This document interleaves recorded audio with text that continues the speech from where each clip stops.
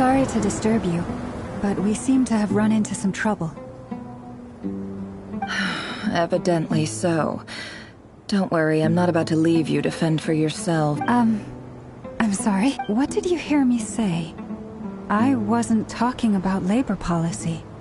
Wait, how long have I been standing here? Not long. You just appeared by the door a moment ago.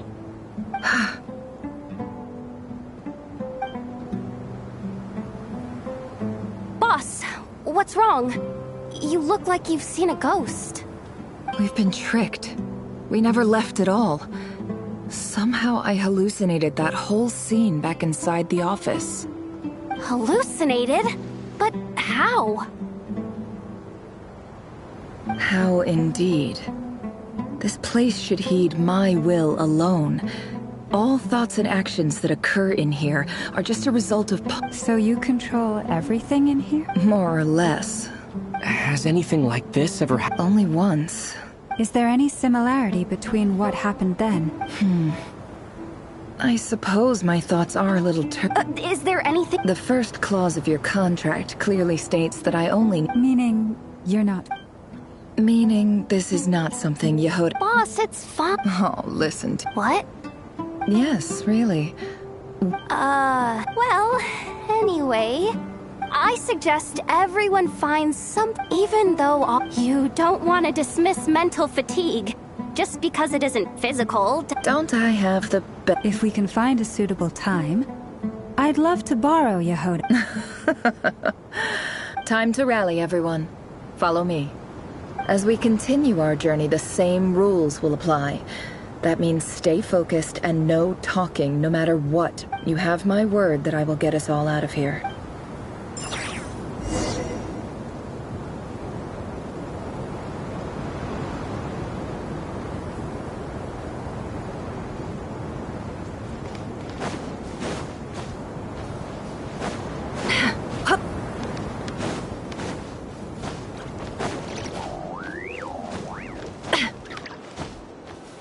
This place looks familiar. That's not a good sign. I wasn't expecting visitors at this hour. Oh. There you are! Sinue's been looking for you all day. Oh, yeah? What were you doing just now, Uncle Retinue? Hiding away some more loose change? I know I saw some Mora.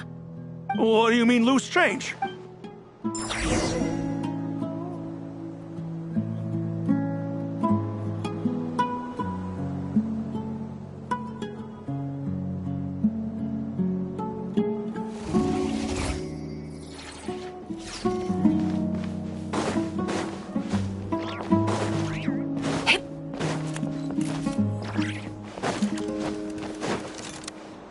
Hey, kid. Mind telling me what Sinuhe's been up to recently? I'm trying to get in his good books and I need a way in. Get in his good books? Why? What do you want with my dad, Uncle Apepi? I've written a new song. I was hoping to showcase it at the next festival, but I'll need his approval. A new song, huh? I'd love to stay and listen, but unfortunately, Uncle Retinue says my dad's looking for me. Well, there's plenty of time and I'm not going anywhere. See that pile of stones? I'll be sitting there warming up my vocal cords. Come find me when you're done. Pile of stones. Got it.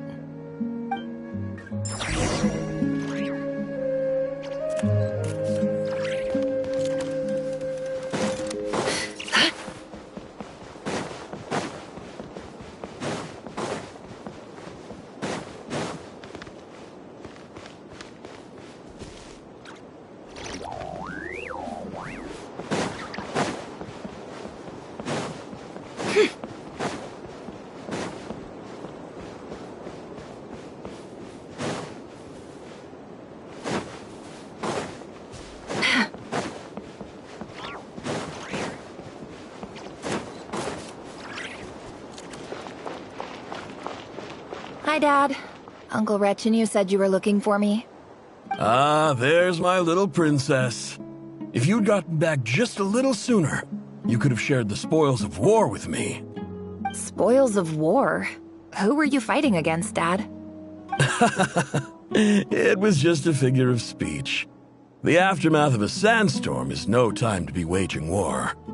I was talking about our war against thirst. I went out to fix our water supply problem, and now I'm back. Which means... We have a well again! That's right. I found a new one and brought back as much water as I could carry. It should last us for a good while. If it wasn't for these blasted sandstorms, our wells wouldn't be caving in. You wouldn't be spending all your time out searching for new water sources.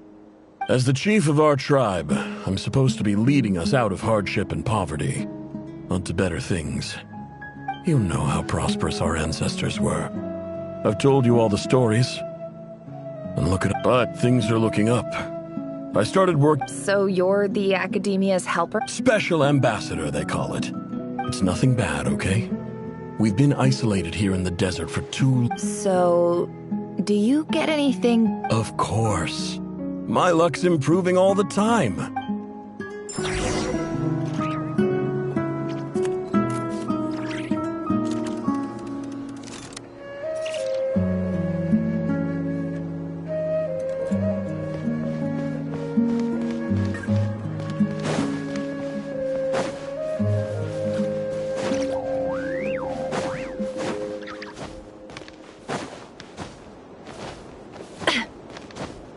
Can't hide the truth.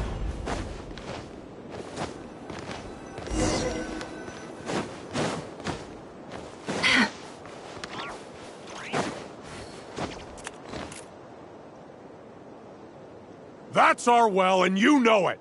You stole from us. Well, you've gone from chief to thief, and now you have to face the consequences. Did you really think you could take our water without permission and get away with it? You're either brave, stupid, or both. And that special ambassador act? Yeah, nice try. We spoke to the Academia. They said it was all news to them. You're a liar and a cheat!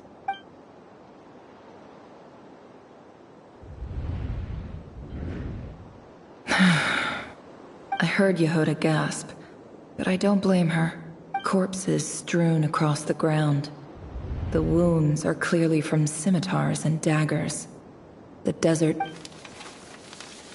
There's a handwritten note on the ground. Halil, this is Sinuhe, chief of the Shimti tribe. Surely you remember me. I was the one who helped you and your colleagues avoid the quicksand in the desert. This is my second time writing to you. I assume my last letter must have gotten lost in the mail, as I didn't receive a reply. I hope this one makes it to you safely. I'm writing to you because I need some help.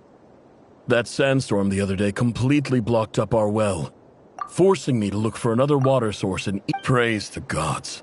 The well of the Eob tribe was intact. You told me to write to you if I ever needed help. I urgently need you to formally recognize my title of Special Ambassador and send some of your people to assist me for this is an emergency. Looks like this letter never got sent. The writer died a grisly death, and the letter was trampled into the ground. What a ridiculous lie the surviving Shimti tell. Their whole village was butchered over a sip of water.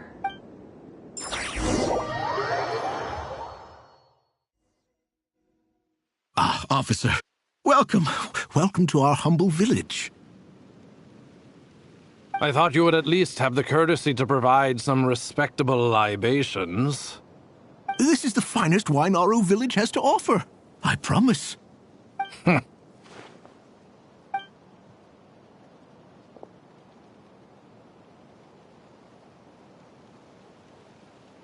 The Academia has agreed to reserve a single space for a candidate from your village. But I remain skeptical of this entire endeavor. I highly doubt anyone in this desert possesses serious academic potential. Please, have faith. If not in us, then in our God. The child we found shows great promise. I beg you, take her away from this place. Give her a chance. Don't let her talent go to waste. I don't recognize her. New arrival? She showed up here a few days ago, and we took her in. She's a really bright kid. Please help. I'm begging you. So, where are you from? Nowhere special. Just a sand dune. What about the rest of your family? How many of you are there? Just the one. It's only you? Correct. So, no brothers, no sisters, no mother or father? Any who have slept on a bed of sand, I call my brothers and my sisters. Apart from that, I have no family. All right. Get over here. Sign your name.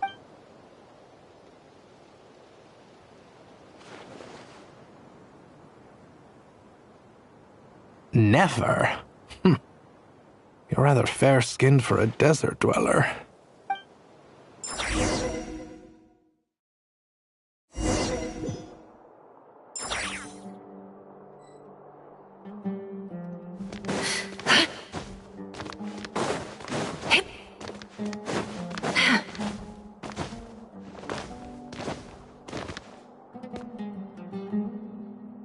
Nefer, this term's assignments have been issued already.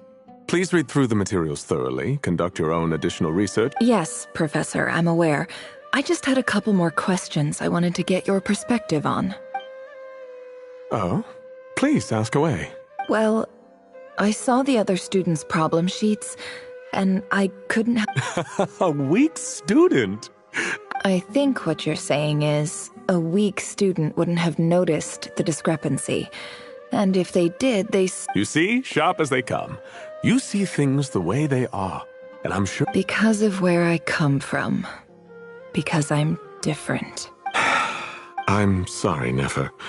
I don't like it any more than you do. It's just... Anyway, you said you had a couple of questions? I wanted to check if someone sent me a letter to the... Your family wrote to you. As long as they put your name on the envelope, someone should hand it right to you. Not exactly. It's not even a recent letter. I was just curious where the mail... The House of Dana, I expect. I know there's a box for whatever you're looking for, that'd be the place. Okay, got it. Oh, don't mention it. Honestly, Hey, don't. You're a great teacher. And you do your best for all your students. It's not just the academia either. The whole world bends over... Oh, my dear child. I haven't. I just think that if you want to make it in this world, you have to find a way to become successful.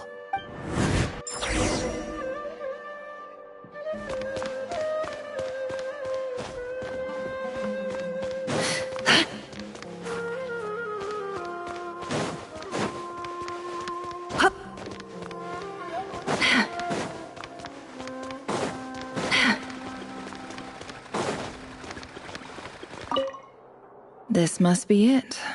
A big cardboard box full of unclaimed... Let's take a...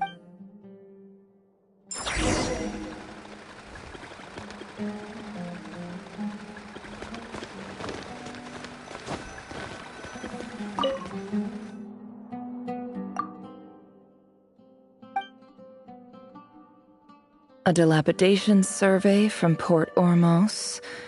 Looks like it's from a Core of 30 representative. What a strange thought.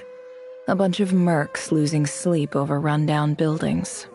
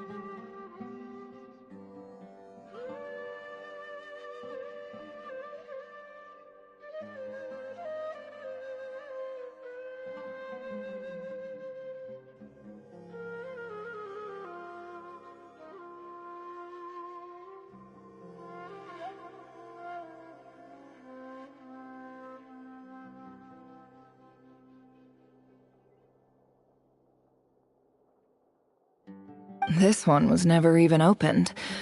I guess the recipient didn't care what the core of 30 had to say about anything. Who was it addressed to?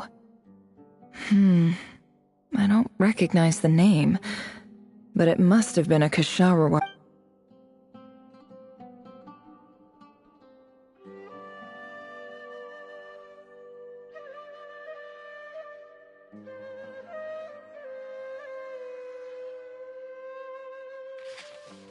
This one is addressed to the Immorta Sage. The title is Changes Observed in Satyavada Life Symptoms. Why do all these letters read like full-blown dissertations? Guided by the incense, we became lost somewhere in the forest. All the barriers between levels of consciousness disappeared as our minds soared around in circles, looking for a branch to seek refuge on. In clinical terms, these symptoms fit the description of incense poisoning. The Immorta Darshan strictly prohibits the use of hallucinogenic substances, but I believe there are still people getting away with it.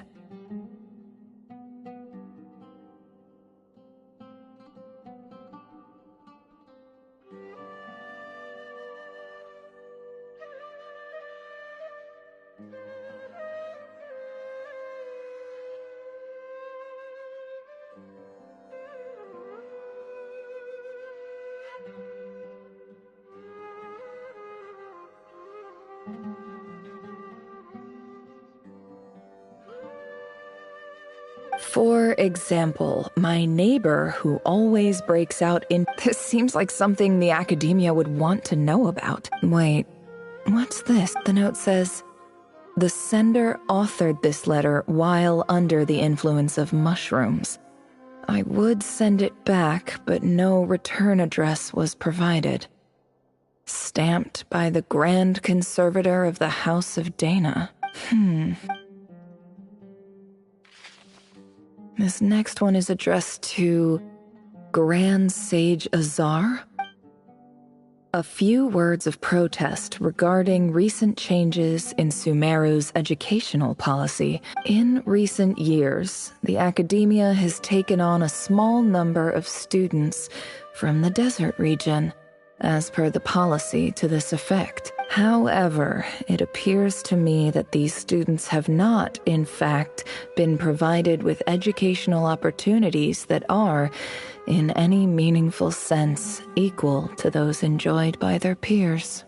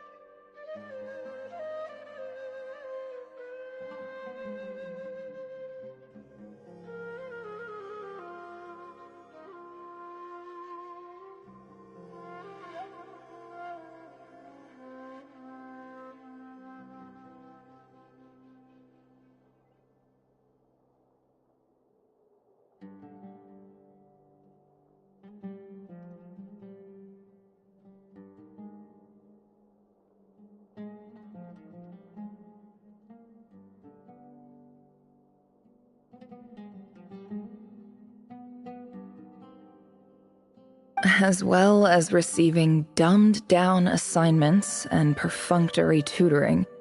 They do not even have full access to the Akasha system.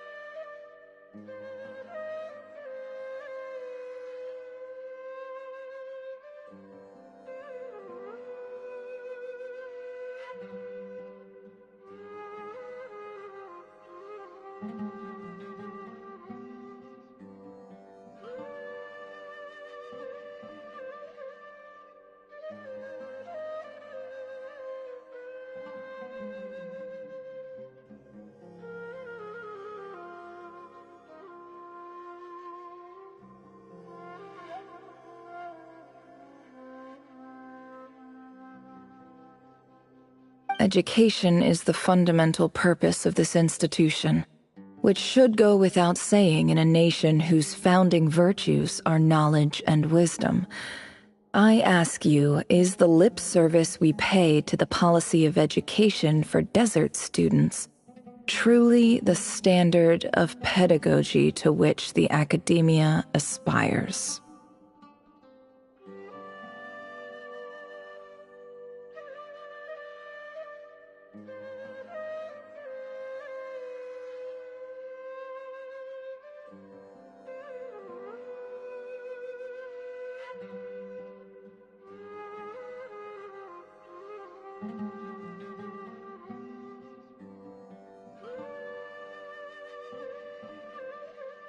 As Grand Sage, policy decisions are your prerogative. But do not forget your roots. You and I were once students too, as was everyone else in this institution. I do hope you will give some serious attention to this matter. I encourage you to discuss issues like this with myself and others, and listen to some alternative opinions. Great letter. Shame it didn't get to where it needed to go. And the sender is... Huh? Sage Cyrus of Spontamod. I didn't realize anyone else even knew how bad students like me have it in this place. So this is where letters from the Sage of Spontamod end up? Nice one, Grand Sage. Really enlightened leadership. Whatever. I'm not exactly holding out hope that a letter sent from the desert would even make it here. But if it did, where else would it end up if not in this box? I can't believe how much discarded mail there is. Must have been years since someone last went through it all. And this is just one box. The whole house of Dana is boxes on shelves. I don't believe for 1 second that any human being has sat down and read through all the documents in this place. Who has that much free time on their hands? Wait, could this be it?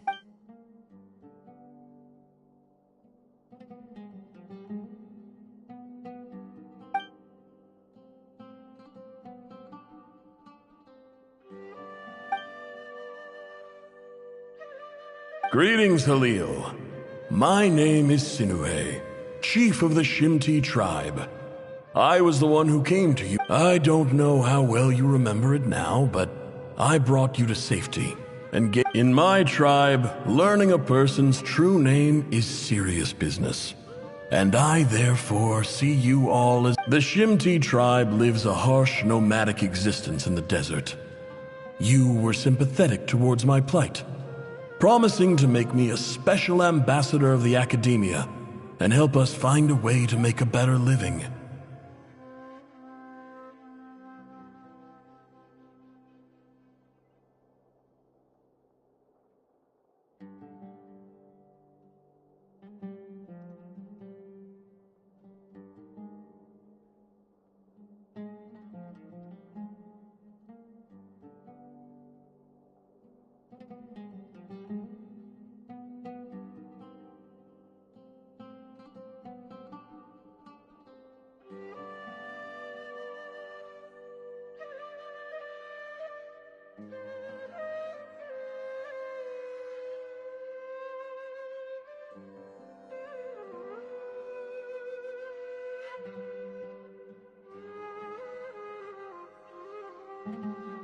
This brings me to my reason for writing. Our tribe has fallen on particularly hard times. There was a terrible sandstorm a few days ago, which blocked up the well in our land. To ensure my people's survival, I had no choice but to venture into Iyab and Unut territory. The Iyab and Unut are descended from the Thamudians, while we trace our ancestry to Tulatala. We worship the Lord of Flowers and have had relatively good relations with our fellow tribes, up until now. I found a well belonging to the Iyab tribe. They declined to help us, but I really had no other option. So I took some water to keep me and my tribe alive. My actions are certain to incur their wrath.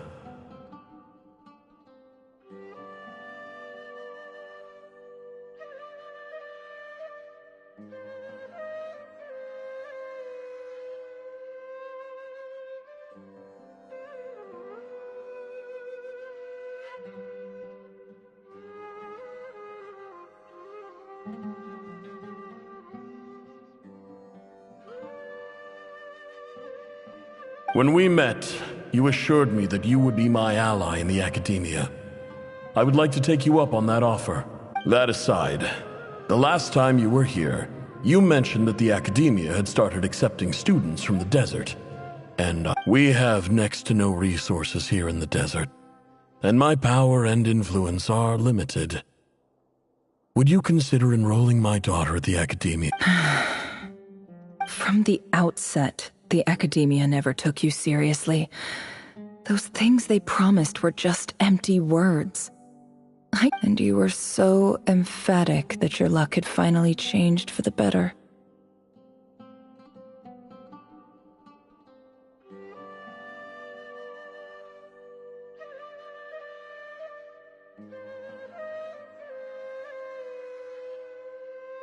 You swore you'd lead us to a better place one day. You liar. You lied about everything. You promised the world and delivered, and who fell for it? Just me, by the looks of it. Which makes you... I think I'll take over from here. Let me show you how it's done.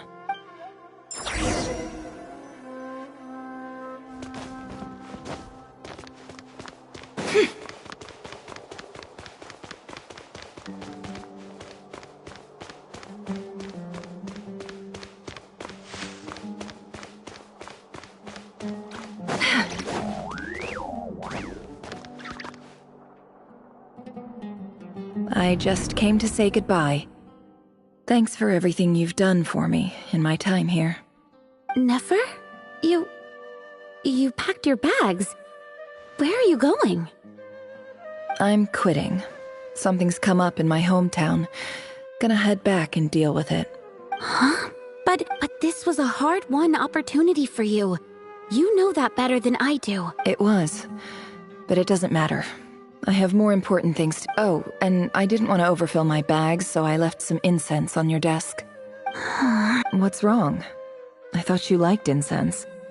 Although, I did read somewhere in the House of Dana that it... Isn't this the stuff you brought from your hometown? Yeah, about that. I lied. It's not rare at all. There's this bunch of ruins near my hometown that are practically... It's not worth much. Keep it. But Nefer... All right, that's all from me. You take care.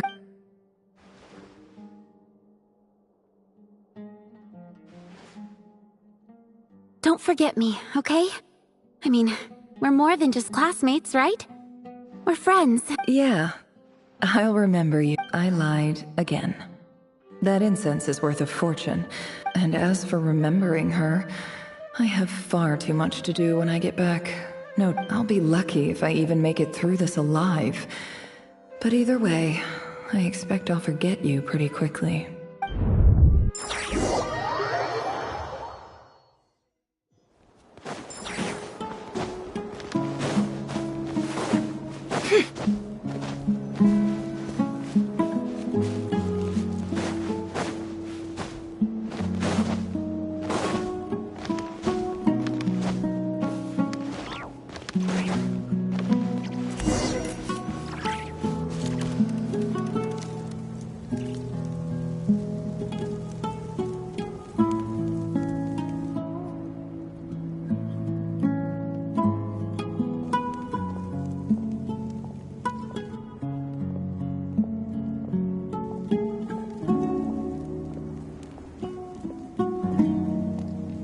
It's a pleasure to meet you, Mr. Arif. So, what does the Academia want? Since they've sent their special ambassador, I assume there's a big business deal to be made. If not, I'd be very disappointed. Please, sir, lower your blade. You're lucky I'm the one they sent. Not all special ambassadors share. The ever-shifting balance of power in the desert reduced the once great civilizations of this region to rubble and sand. But the story of the Eab has a very different trajectory. Others grew weak. Huh. So, you do know who you're dealing with? This well is the perfect symbol of your strength, is it not? It used to belong to the Un. You're not wrong. But I'm sure you didn't come all this way just to flatter us. Of course not. I came to bring you some very good news. Some records uncovered by the Vahumana Darshan show that a certain well currently under Eab control is built on top of some ancient ruins. These ruins are of... I checked the map carefully on my way over here, and I'm confident that this is the well in question.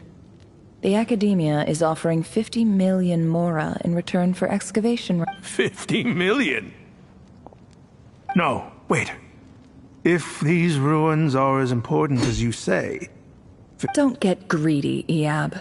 We know far more than you think. We know that you seized this well by force. Wasn't that the first step in your rise to power? To drive away the Unut and steal their water supply?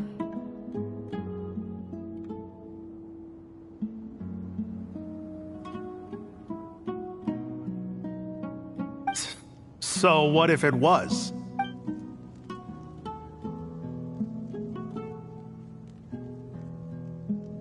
Don't worry. As unscrupulous as it was, it's something we're willing to overlook. The Academia is only interested in dealing with the de facto power holders in the region.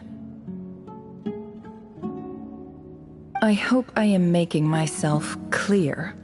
And I hope your words are the truth. If I find out the Academia is trying to play me, I'll hunt down every one of your...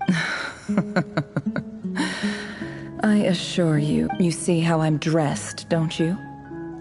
I appreciate that you've never been to the rainforest, but surely even you recognize an ambassador's attire when you see it. And what does a barbarian like you have to lose anyway? You really think the Sumeru Academia would bother to come all this way just to lie to you? We have more important things to worry about.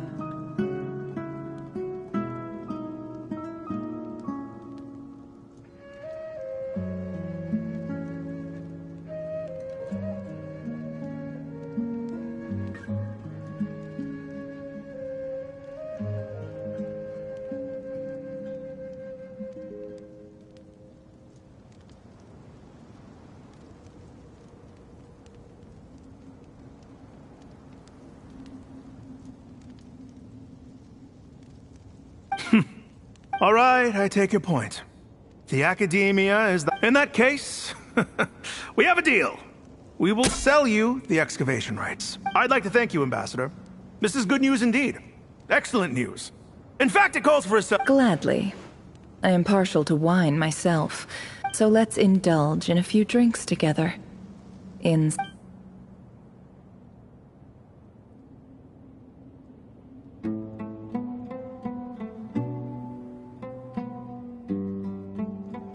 Chief! Chief, it's an emergency! It's the Unut. They've taken the well. What?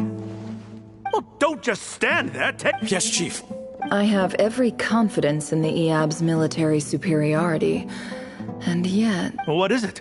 The Unut's response was alarmingly fast. The day after we reach a deal, they seize the well.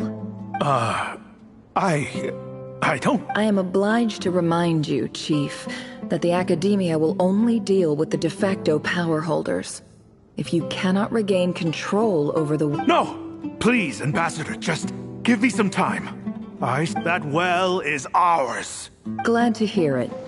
I will... If there is a traitor, I will find them. Wow. All it took was a few words and I've got him wrapped around my finger. So, in summary, Ambassador, the Iab are ruthless murderers who don't listen to reason. And so let me ask you, Chief, if you were the Academia... Kill them all. Precisely. The Academia does not tolerate those who stand in our way. The Iab have held back our academic pursuits for too long, and our patience is wearing thin.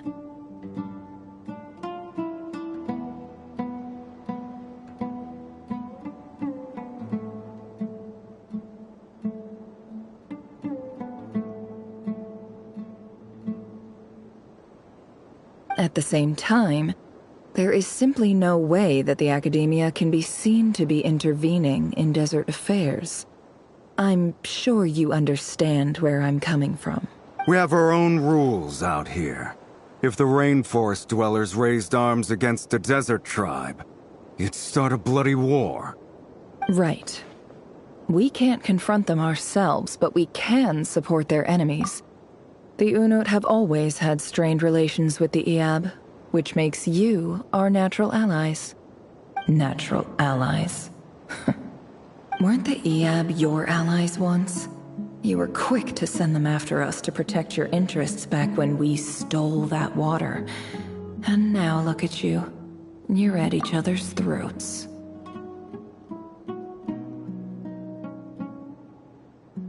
Let me be clear.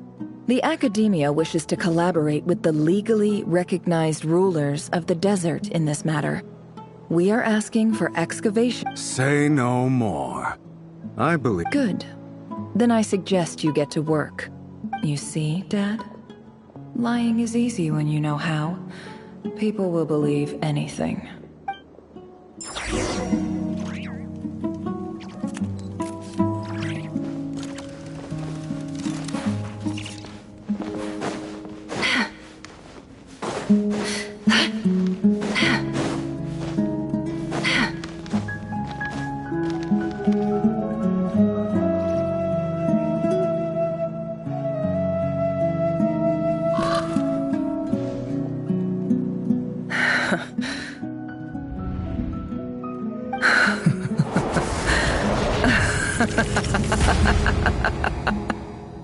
Look at yourselves.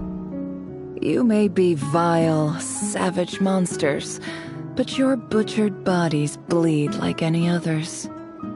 You're not the monsters who destroyed my home.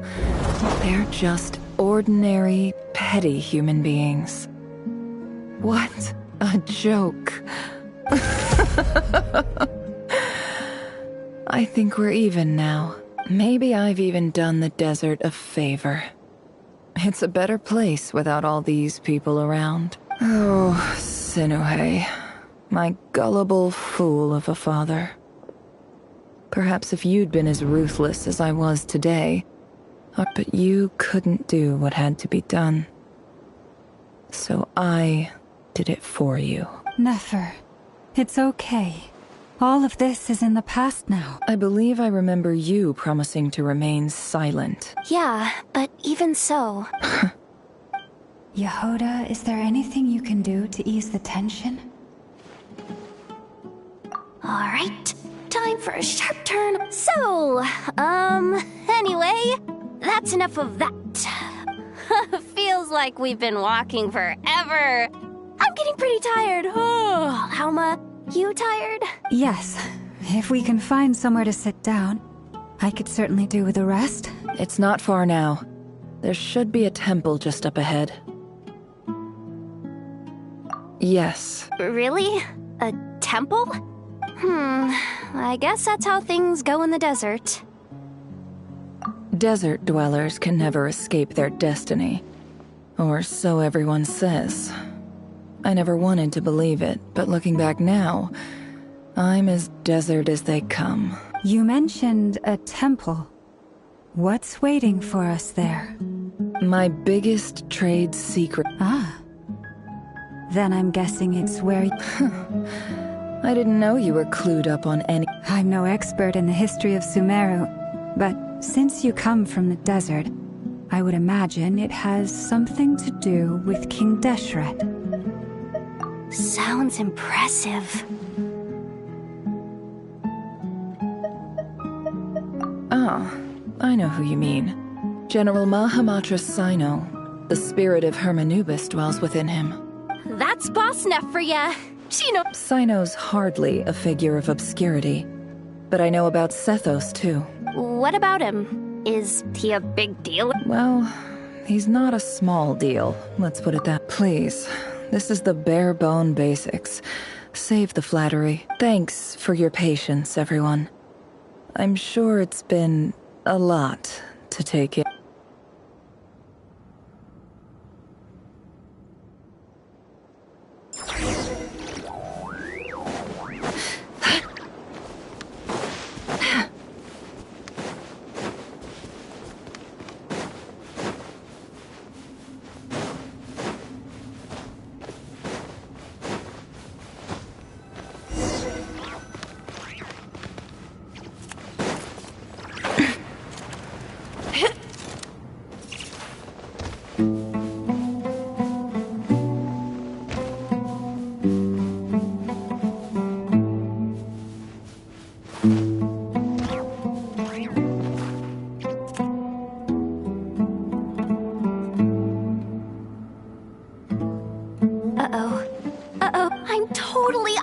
depth here.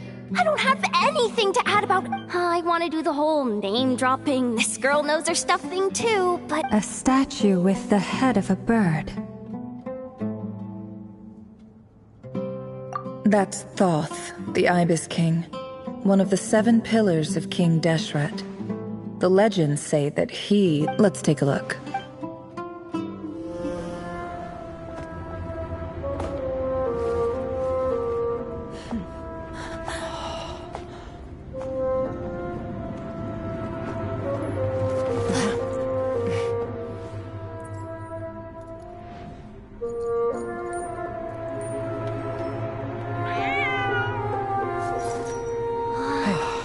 It's just Ashru.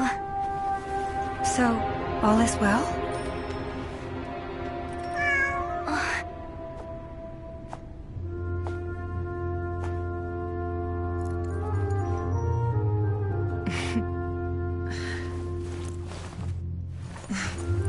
Typically speaking, at this point, the world disintegrates.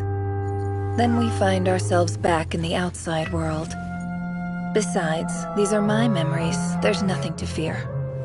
You're sure? Of course. It's almost over.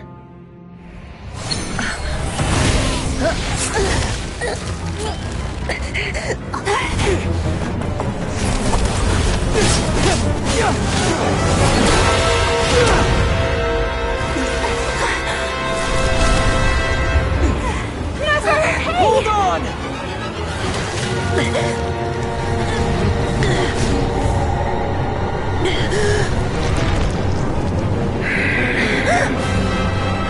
Knowing too much is always a death sentence. Speak for yourself.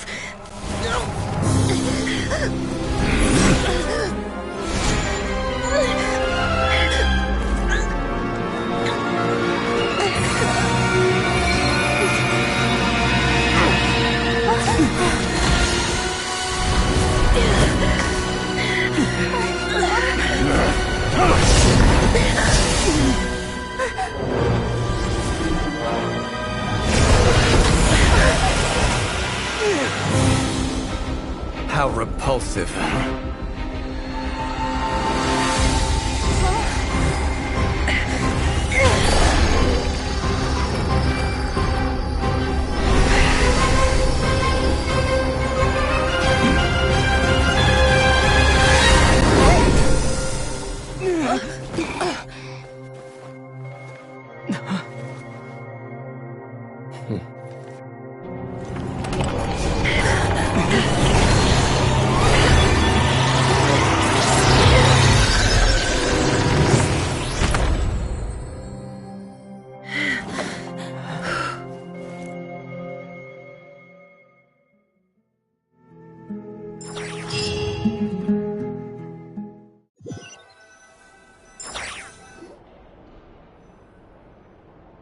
Timed that pretty well, didn't I?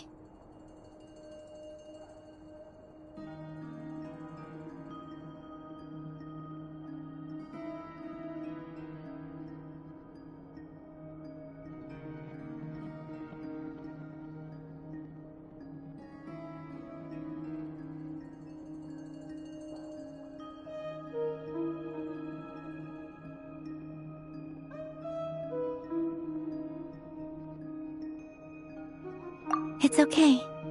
I'm just glad no one was hurt. Paimon noticed you doing something too, Dainsleif. Were you helping get them out? Of course. When I asked Nefer to conduct this investigation, I was not naive to the dangers involved. I had a duty to ensure your safety. Good to know your sense of justice is still intact after all these years. I take that to mean that you saw the truth. That comes as a great relief. I certainly did. And thanks to your help, I also managed to trap Rerir inside the chess set. Whoa, really? How'd you manage that? Well, to be honest, I sensed that something was wrong long before we made it to the temple. By using this fragment to probe into Rerir's past, well, the monster formerly known as Rerir. It seems I alerted him. I was tracking him, then he caught on and started tracking me too. Can't say I'm surprised. But how did he track you through your thoughts alone? That shouldn't be possible. Rerir was a secret agent who reported directly to the Vinster King. He is an expert at finding a trail and hunting down his pursuers. No wonder. He infiltrated the chess set, read my thoughts, and built a new virtual chess set inside of it. That's why we weren't able to leave at first.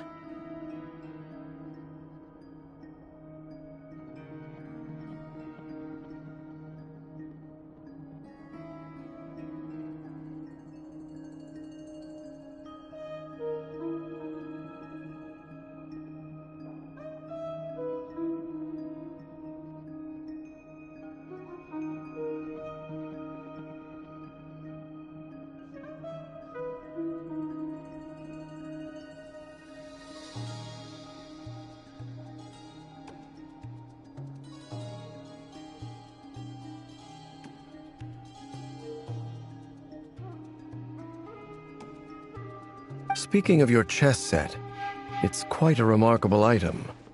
Would I be right in thinking you have some connection to King Deshret? You overestimate me.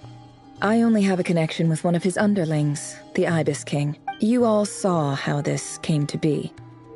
A long time ago, the Eab massacred my tribe, the Shimti, in our home village. A few years later, I enrolled in the academia, where some new information came to light. The Unut and the Eab fought a bitter battle over the rights to a well, all for the sake of a non-existent 50 million mora. The Eab ultimately won that confrontation, but their victory came at the cost of almost every warrior in the tribe. The final blow to the Eab came at the victory feast, when an Unut assassin beheaded their chief right before my eyes. The remaining Eab fled and have been scattered to the winds ever since. Having gotten my revenge, I returned to my hometown, where to my surprise, the nearby temple was still standing. As I stood there gazing at the temple, I noticed a cat just outside. This cat, as it turned out, was home to the spirit of the Ibis King. He led me to a gate deep inside the temple, and there he made a deal with me. This chess set is my gift from the Ibis King. The chessboard within is made to the same specifications as the one in the mausoleum of King Deshret. And with this chessboard in its container, I gained a certain ability to perceive hidden secrets. Now, every god plays favorites. Their hearts are as fickle as any human's. It is the same with all powerful forces, including fate itself. Their gaze falls preferentially upon a select few. As you rightly point out, this is an act of favoritism. If you're alluding to the Abyss, then yes, I agree. Gather the others. It's time to share every...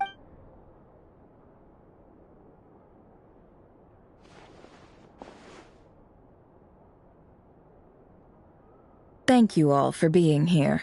As promised, I did some further investigating into the Raker of Solnari's background. I am pleased to report that the investigation has been most fruitful indeed. The Raker of Solnari, real name Rerir, was once a Conrian subject who served the Vinster King. I will now share the important details of his story.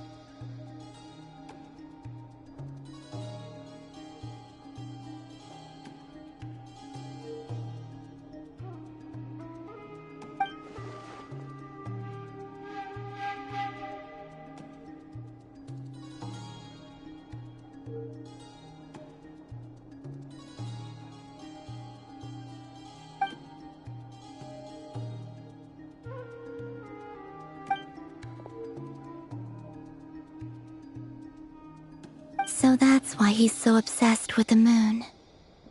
A tragic tale, to be sure. But no matter how much Rerir suffered in the past, the fact remains that he is what we know today as the Wild Hunt, wreaking havoc upon innocent lives in Notcry. He becomes more dangerous with each passing day. If left unchecked, it is simply a matter of time before all of Tevat suffers the consequences. This is a threat that the Knights of Favonius cannot ignore. A question for Miss Columbina. Forgive me if this is presumptuous, but have you ever seen the spatial gateway that appeared in Rerir's memory? Never.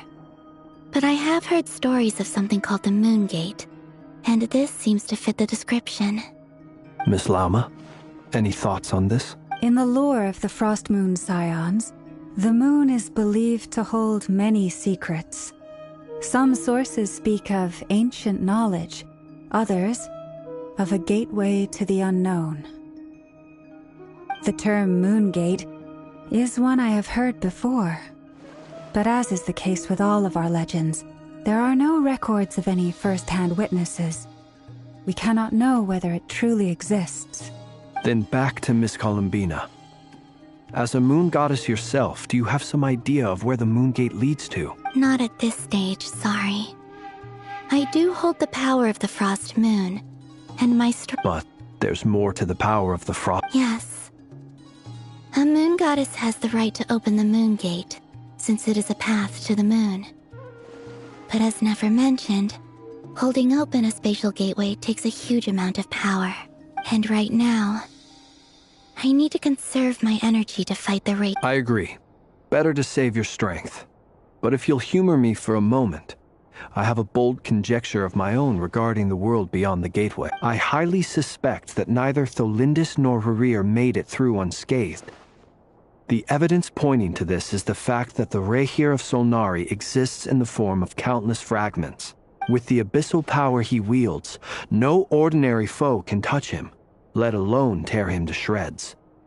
And yet, the Wild Hunt proliferates wherever his scattered fragments lie, drawing hordes of monsters to many different locations across the land. So your theory is that Rerir was physically torn to shreds by some powerful force? Hence, why the Wild Hunt is a distributed phenomenon, rather than a unified one? Makes sense to me. Explains why the Wild Hunt is so pervasive, and why he's been trying to piece himself back together. He was whole to begin with, and he wants to be whole again. Without the power of the Abyss on his side, he almost certainly would have perished the moment he was torn apart. But the Abyss, much like a curse, has kept him alive. I could not agree more. The power of the Abyss is most surely a curse. It is a compelling explanation, and one that accords with my present understanding of Abyss creatures. Whether the life form in question is primitive or advanced, if a curse has extended its lifespan unnaturally, it will continue to survive in spite of everything. This raises some interesting questions. I will run some experiments and see if there is any validity to my suspicions. That being said, regardless of whether my research bears fruit, I would like to thank Miss Nefer for conducting such a thorough investigation. My pleasure, Mr. Albedo. I too hope that the information I have shared— Hey! What is it, Dainsleif? You look really upset! It's just... when I think of the man I once knew as Rerir, I struggle to understand why things had to turn out like this. The two of you used to be friends, didn't you? I don't know if these words will bring any Mine too. We can never know all the hows and whys of the way things are. The moon and stars are full of untold secrets and lies, and the skies are host to many more mysteries than these alone. Yet, none of that can begin to compare with the complexity of human life. Those are the first comforting words I've heard in a long time. Well, I think this is a good place to end today's meeting. That's very— Of course. Sounds good to me. Take some time to rest and digest.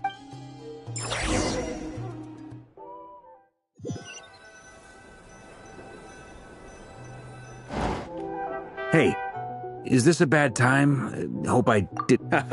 No need.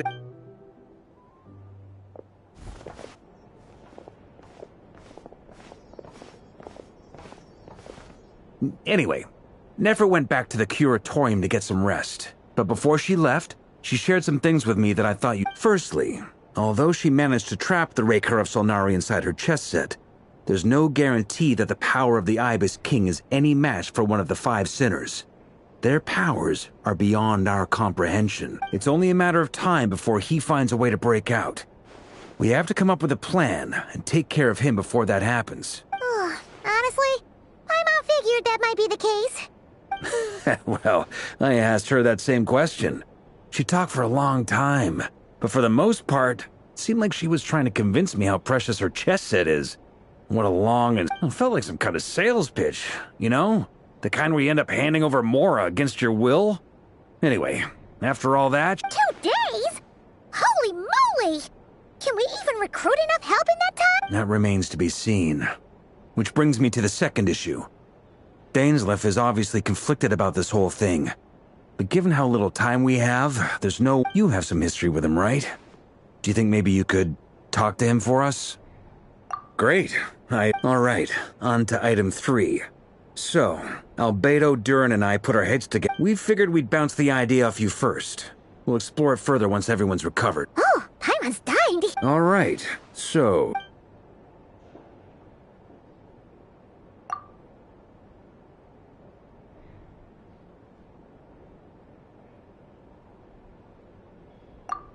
We felt a little uneasy about roping you into this. I mean, firstly, you're not locals, and secondly, none of us are your boss. You're well within your rights to refuse it. Roping us in? Why would you even say that? We know the stakes here. I choose my words very intentionally, I'll have you know. I like to think there's an art to strike. Sir Varka, I have a few thoughts about this plan. I'm all ears. I think we can be more flexible with how the roles are allocated. In my view, the most sensible lineup would be like this.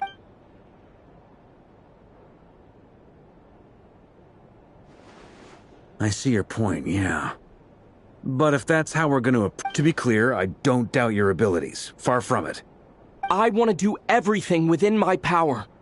The Raker of Solnari is a truly fearsome opponent, and if I do my part, it'll greatly reduce the risk for everyone else involved. Well, that tracks with what I've heard. Jean's mentioned in her letters that you're so diligent it's almost abnormal. As in, most people weigh up the risks and rewards in situations like this. But you seem to just march towards danger without a moment's hesitation. Of course, everyone appreciates a fearless pioneer. But all that aside, I'm the Grand Master of the Knights of Favonius, and you're our honorary knight. I want to make sure your courage... Thank you, Sir Varka. I should be the one thanking you. It means a lot to have you on board. I'll give some...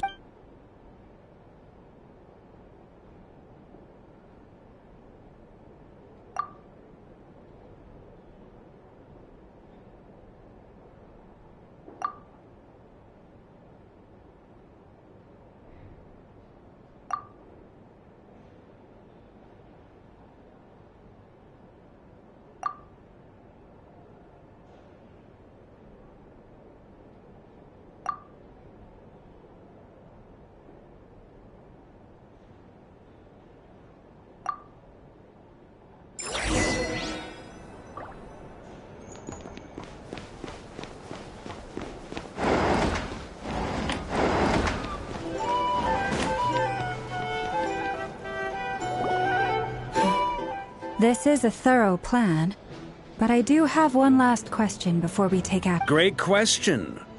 Albedo's been hard at work analyzing Rerir and the Wild Hunt's behavioral patterns. Firstly, from the earliest known confrontation until now, Rerir has never displayed any ability to manipulate the dimension of space. So it's unlikely he has any power in that domain. Secondly, he seems to have a particularly strong vendetta against our group. If we put him in a fight-or-flight situation, he'll choose to fight every time. Thirdly, finally, and most importantly, he is consumed by hatred. both for the moon and for his enemies. Turns out, we tick both of those boxes. We have a reincarnated moon in our ranks, and a spy who accessed his private memories without permission. He'll be baying for blood, not looking to escape. As someone who's had their fair share of interactions with the Wild Hunt, those all seem like valid observations to me. Understood. Then I will defer to the verdict of the group. Well, everyone, that's the plan in full detail. Albedo and Durin are carrying out their part as we speak. Plan approved. Scheduling. Okay, any firepower you need, I got you covered. Let's light this baby up. The Frost Moon Scions are behind you as well. And the rest of you?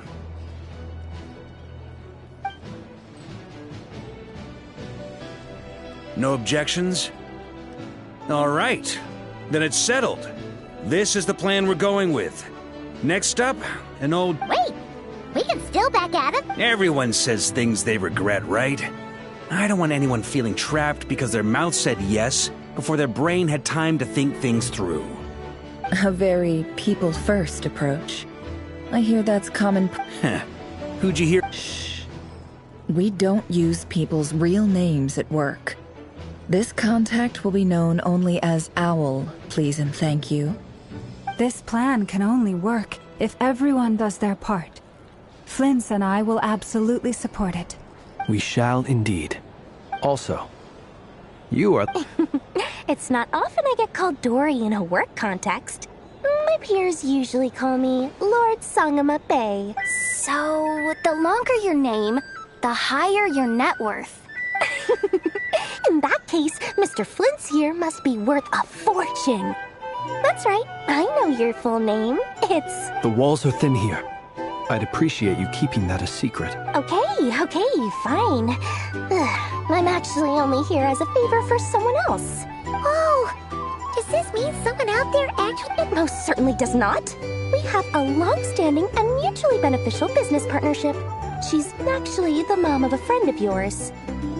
Said mom supplied me with a great little trinket, but now that lady's ruined everything. If I don't start building a little goodwill now, my whole business in Nodcry is gonna go down the drain. Okay. So what exactly is so special about this pendant? It's a lucky charm that a great mage made for me. We have a business relationship, and she was worried that something bad might happen. I finally got it all fully charged up with Kuvaki, and then never went and used it all up at once. You're right. It was all my fault. I didn't mean to drain all the Kuvaki. You will? Well... I knew you'd say that. Well, it's yours if you want it. In fact, take it now, and I'll even throw in a free Raker of Solnari. You're putting me in a difficult position here. It's a very useful thing to have around. But I have a funny feeling it won't be around much longer. Looks like bankrupt. Hey, don't be so pessimistic. See this through and...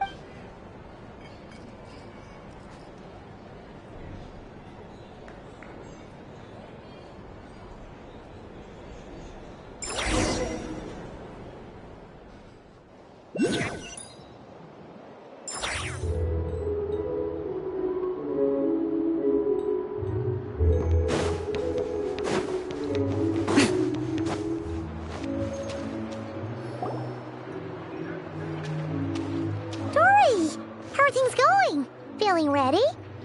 Oh, I was born ready.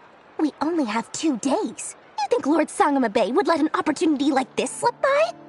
Don't forget, when something's in high demand, the people with the goods on hand get to charge the highest price of all, even higher than the sellers taking advance orders. Ta-da! See? It's right here. Ah, it's so pretty. Did you make it? No, I have a supplier. We go way back, so he made me a very attractive offer. Aha! No wonder you were talking about lucky charms at the meeting. You've been getting Kaveh to make the... That's not the full story. It actually started a while back. Mage Alice once warned me that this world won't stay safe forever. There may come a day when everyone faces a great crisis. I passed this on to the Dendro Archon, and she secretly brought together a research team made up of Sumeru's top scholars to invent a technology that could keep people safe. I won't go into the details because it's all very complicated, but if you want to know more, you can ask the Dendro Archon about it sometime. Anyway, point being, it was the Dendro Archon who asked Kaveh to build this little contraption. As one of the top Kashara War talents, he was the obvious choice. Took him long enough. He stressed over it for ages. Must have gone through at least a dozen designs before producing a final product. But that's Kaveh for you. Marak delivered it to me a couple of days ago, along with a letter from Kaveh. Could I ask why I'm sending this technology? So nosy. My fault for sending him the research. Surely Nahida must have told him you were involved in this project. He was probably just nervous, because you're always... Could be. Anyway, I just replied, let's hope... Fair enough. But it sounds like he was just being cautious. Or maybe he was asking as a favor for his housemate. He's done that before.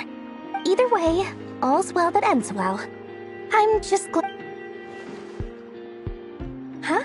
What does that look mean? Paimon's just super surprised. This must be the first time we've ever seen you actually get serious about something.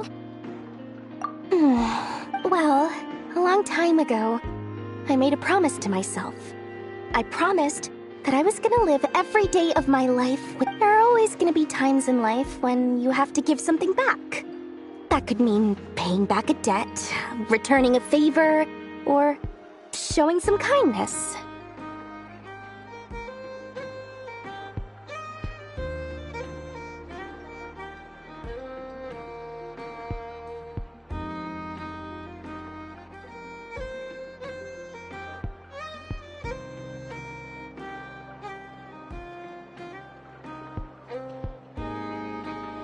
Alice has been a huge help to me over the years.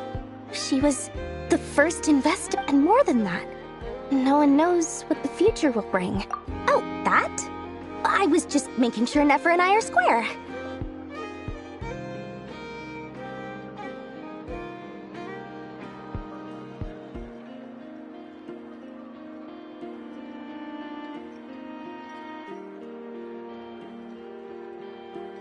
Don't be thinking it was some sort of benevolent act. I'm no saint, so don't treat... My priority is doing the business that I want to do. So long as my conscience lets me, but... Alright. I do say so, and that's the whole point. I'm a businesswoman. Don't go trying to figure out what kind of person I am. You'll exhaust yourself. Much easier for everyone involved if you just take my word for it.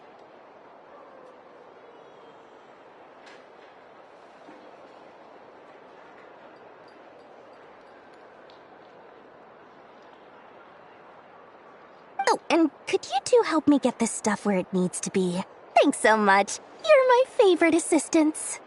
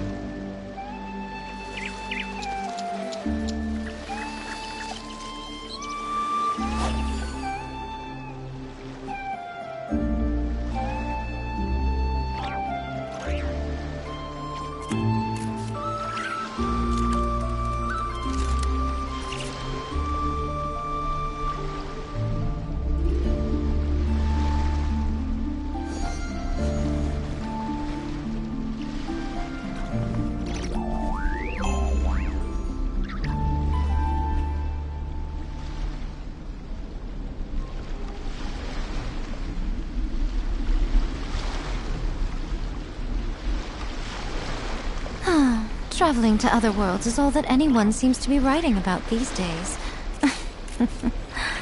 Goodness knows what they find so disappointing about their own world.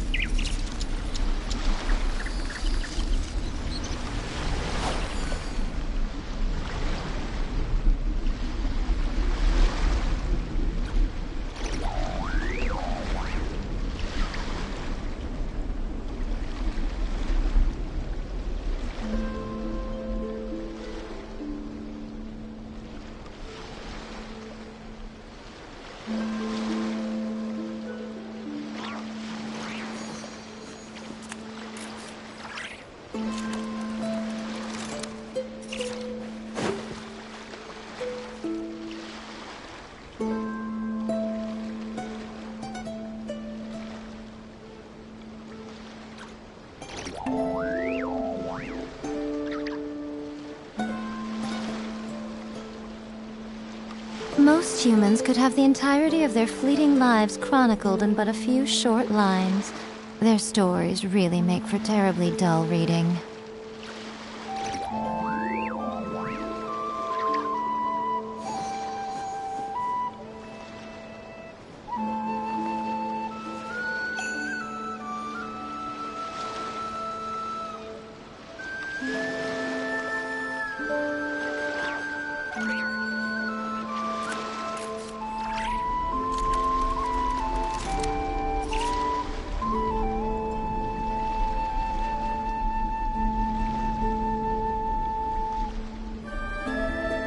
Personally, I think the idea of things staying the same forever is quite beautiful. But alas, that is simply not the way the world works.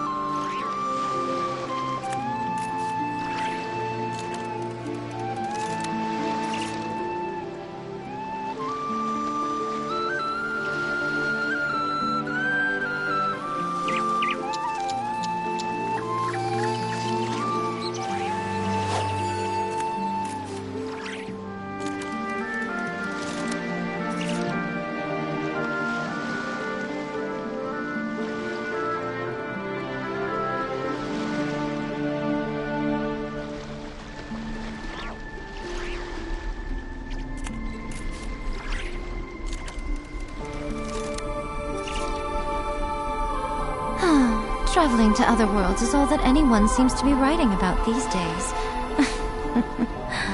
Goodness knows what they find so disappointing about their own world.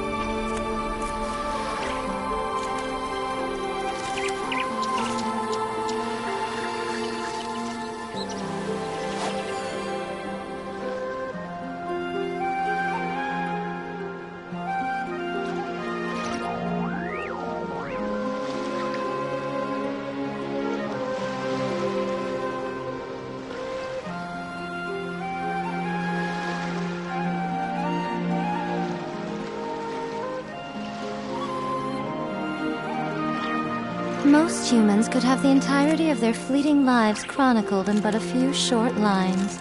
Their stories really make for terribly dull reading.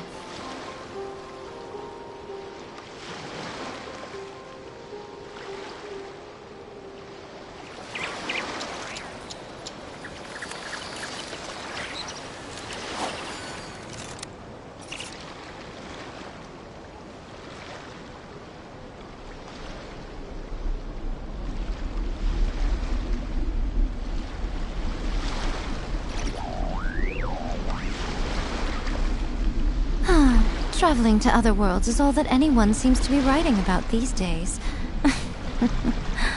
Goodness knows what they find so disappointing about their own world.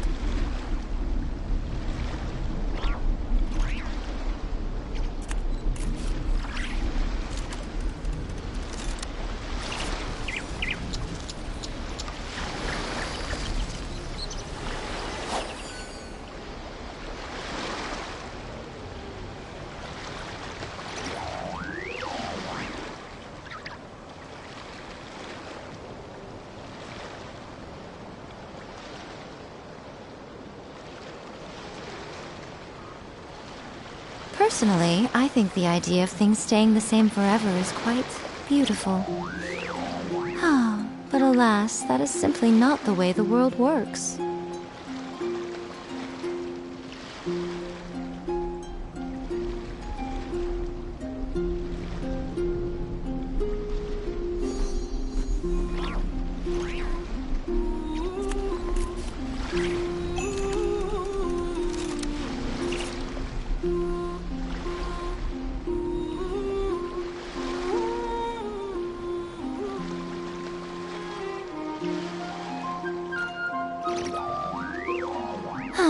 Traveling to other worlds is all that anyone seems to be writing about these days.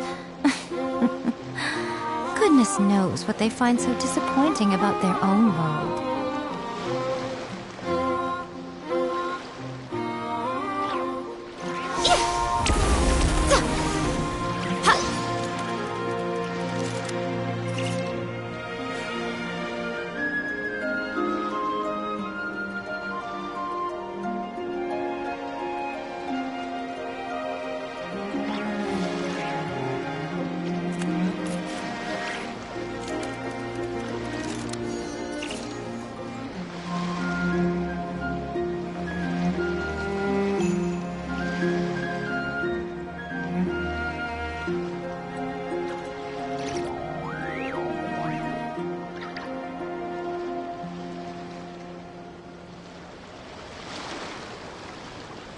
Most humans could have the entirety of their fleeting lives chronicled in but a few short lines. Their stories really make for terribly dull reading.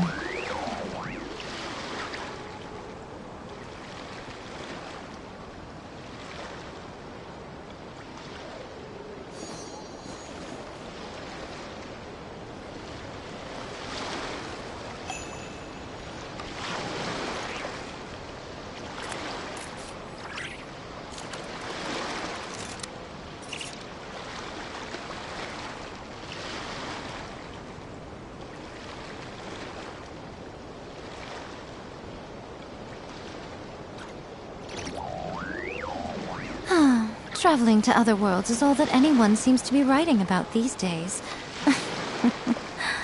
Goodness knows what they find so disappointing about their own world.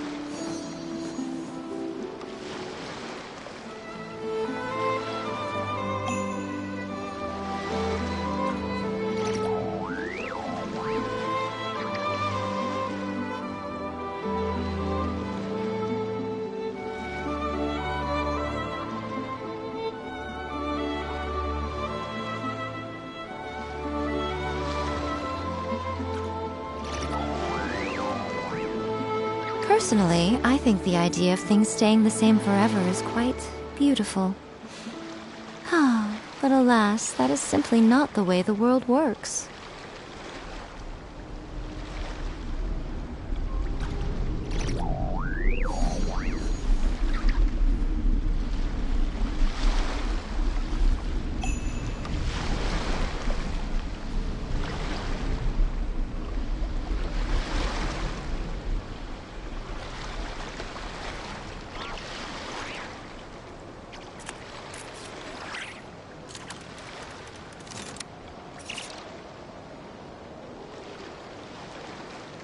Most humans could have the entirety of their fleeting lives chronicled in but a few short lines. Their stories really make for terribly dull reading.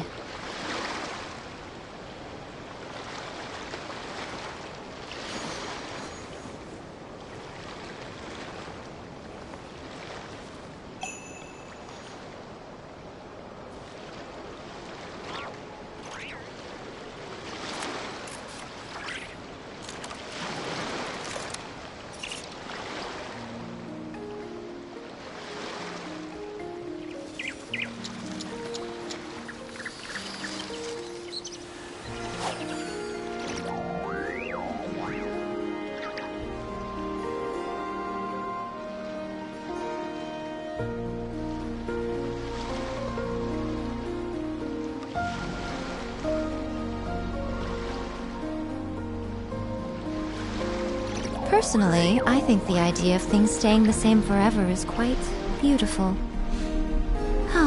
But alas, that is simply not the way the world works.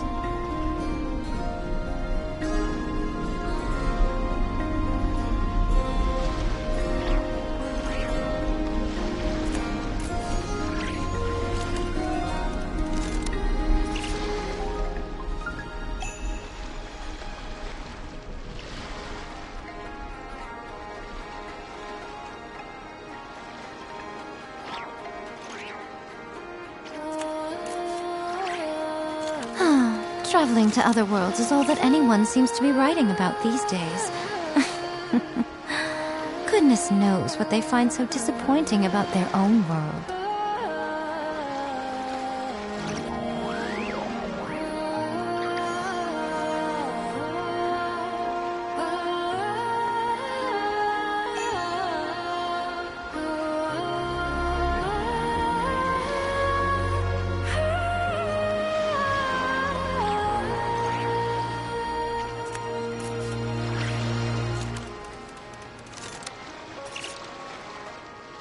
Personally, I think the idea of things staying the same forever is quite beautiful.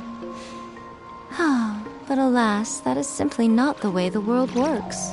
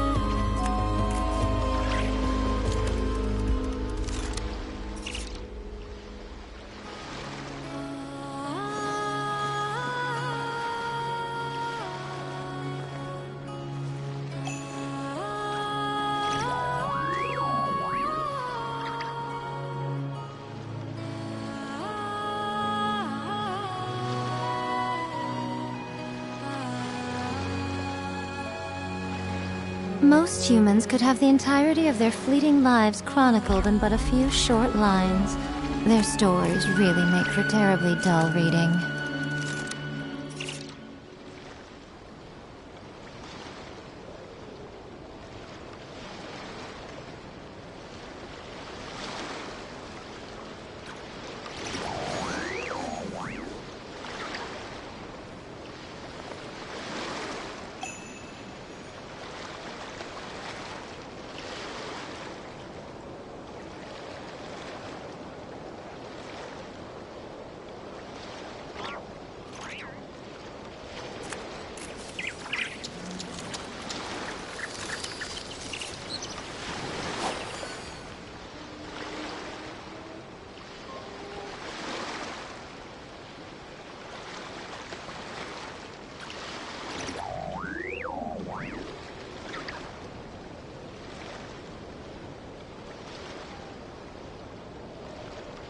Personally, I think the idea of things staying the same forever is quite beautiful. But alas, that is simply not the way the world works.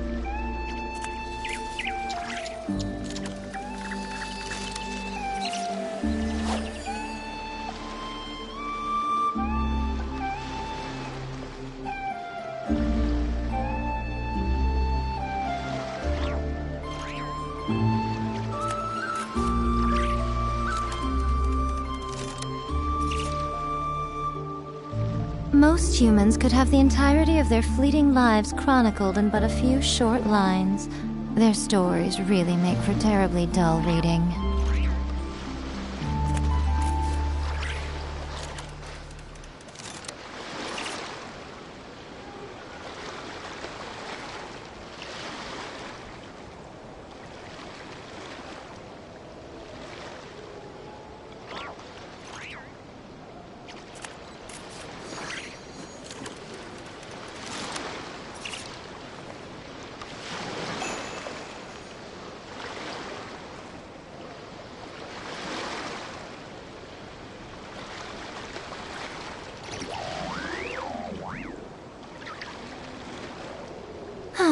Traveling to other worlds is all that anyone seems to be writing about these days.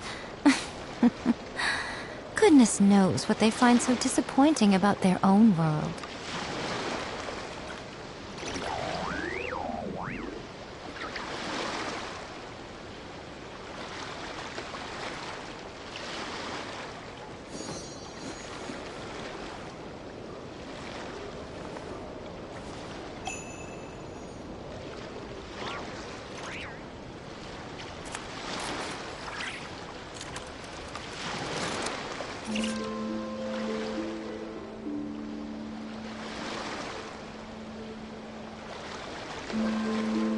Personally, I think the idea of things staying the same forever is quite beautiful.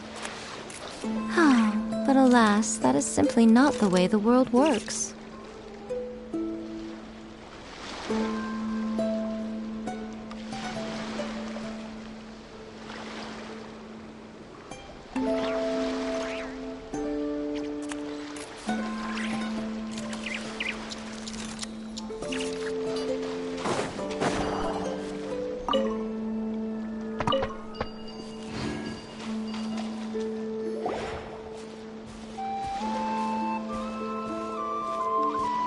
Traveler, Paimon, it's good to see you.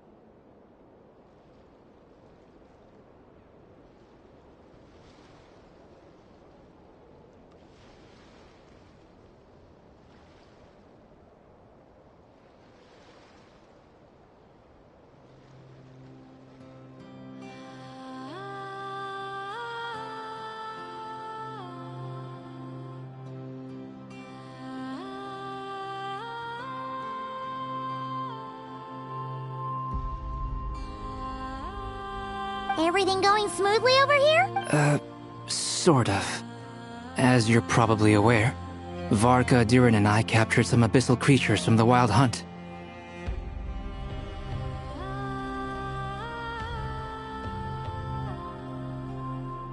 Per the plan, we dissected and analyzed some samples of these creatures.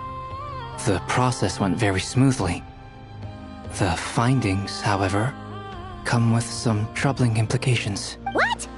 You can actually dissect the Wild Hunt? That depends on your definition of Wild Hunt and dissection. Harmless, lifeless. These words are accurate descriptions. The Wild Hunt is an interesting phenomenon. In and of itself, it doesn't seem to possess anything akin to a human personality. But taken as a collective, the medium through which the Wild Hunt is summoned does appear to have a soul. Master griped a lot about the wise Horoptetyr, and seemed somewhat fascinated with the foul Certology. But she barely mentioned Rerir at all.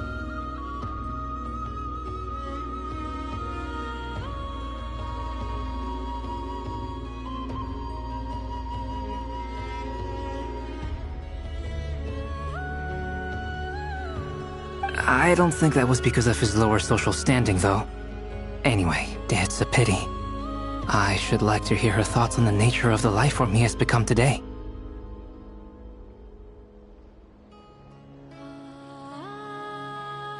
It's a strange mix. The furious energy of an abyssal being channeled through a fractured physical existence. A consequence of being torn apart by an unknown power. Perhaps the only explanation for his survival in this state is that he sacrificed a degree of individuality in exchange for a continued existence. Oh, sorry. Once I get talking about interesting research, I have a tendency to go on indefinitely. Back to our research findings. Essentially, they confirm my hypothesis. Rerir's corpse is completely contaminated by the Abyss, and the effects are irreversible. You could think of this as Rerir in mutated form. But in my view, even that would be inaccurate. In reality, his whole being has been consumed by the Abyss. In other words, he is now nothing more than a manifestation of abyssal power. Unfortunately, at present, we have no means of completely eradicating abyssal power. Hence, we cannot fundamentally destroy the Reihir of Solnari either. Oh, that's terrible news! So, that's it? We can't defeat him? Not even if we get the power of the Three Moons? Miss Columbina's situation is a difficult one. She can never achieve wholeness when the world does not accept her presence. It's as if her creator banished her to a place she can never be accepted. It means she spends most of her energy just on her own survival. Given the circumstances, it's only natural to despair. But we must see this plan through to the time to kick off the backup plan. Oh, Paimon almost forgot! This is for you. Dory asked us to bring it. Ah, how wonderful. Well, thank you for making the trip. Durin and I will be heading off shortly. I'm sorry I won't be there to protect you in person this time. All right then.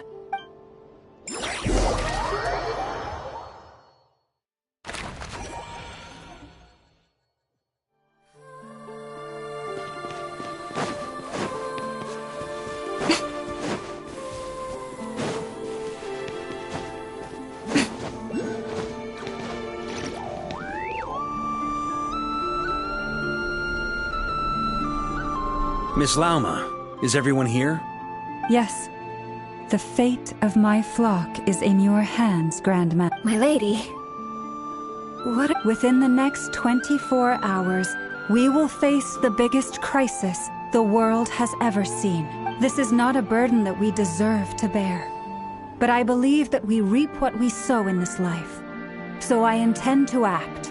I must do what I think is right for me.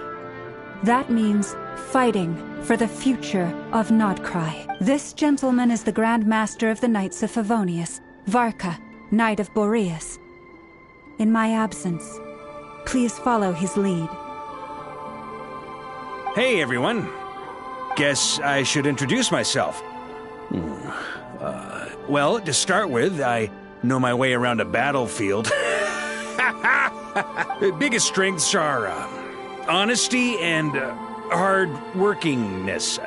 Anyway, point is, I don't...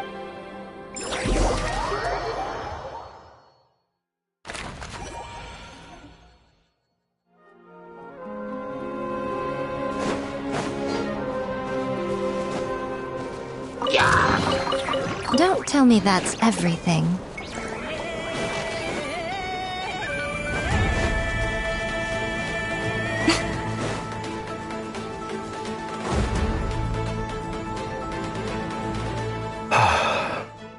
Something on your mind?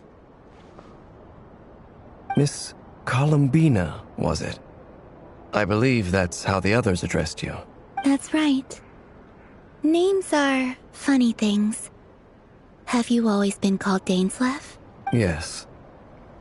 I take it your own name has a more complicated history. I have a different relationship with names than other people. To be honest, I'm not even sure that Columbina is my name. At least, not in the same way that Dainsleif is yours. But it's what everyone calls me, and I go along with it. A lot of my life has been that way. I get so used to things that I forget to question why they are so.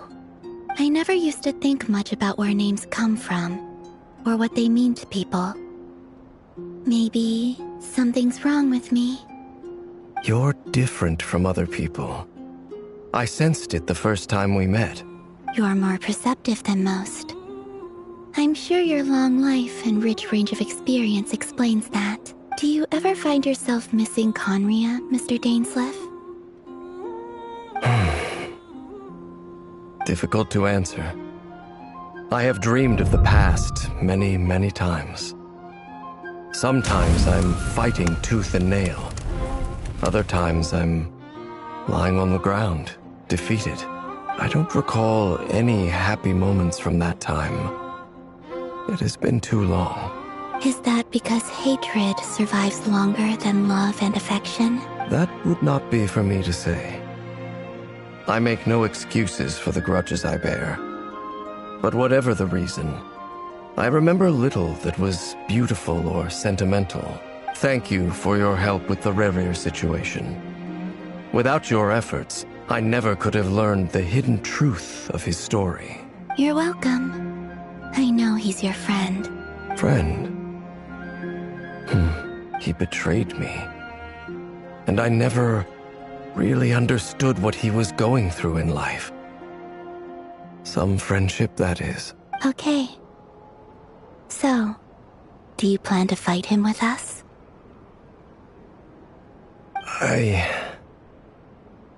You see, you're torn. Now you know what really happened. You see the things he's done in a new light. I need some time. Of course.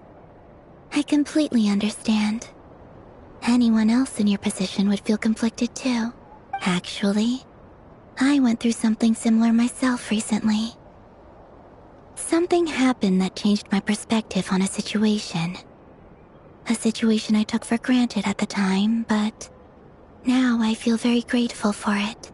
You mean the Harbingers who still support you, even though you've left the Fatui? Yes. I always thought they were only helping me because Harbingers are forced to work together. But then I abandoned them. A warrant was even put out for my arrest. And even now, they still support me. Which means I was wrong about them all along. Clearly, they view you as a friend. I feel a little guilty now. I regret not seeing her help for what it was, and not treasuring it. I see the guilt that you're feeling now, because I feel it too. Hopefully, talking about it will do us both some good. Have you noticed that the Traveler and Paimon are over there? I think they've been listening. Huh.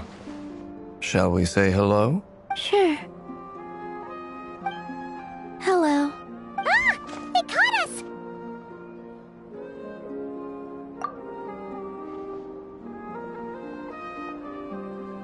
I apologize for making you worry. No doubt you wish to know where I stand on the plan to take down the Rerir of Solnari. I'm afraid I need a little time, but I will seriously consider joining you. You will? Oh, thank you so much! They needn't be.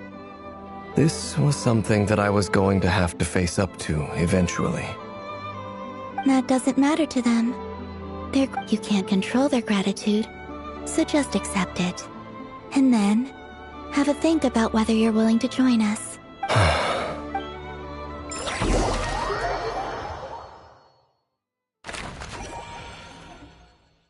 It's nearly showtime!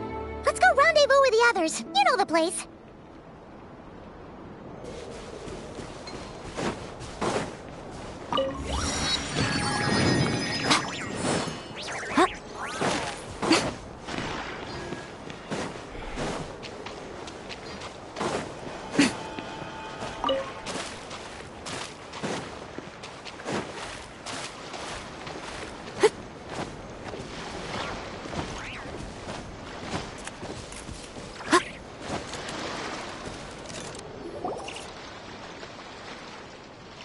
Ah, you're earlier than I expected. Hey, Flint's! Been waiting here long?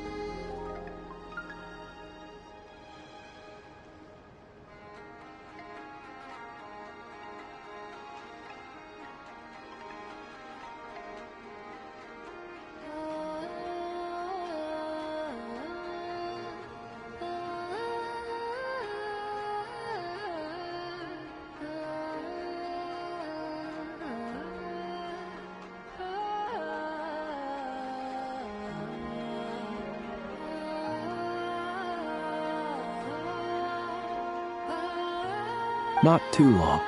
I came a little early so I'd have some time to think. Are you nervous about the battle? Quite the opposite.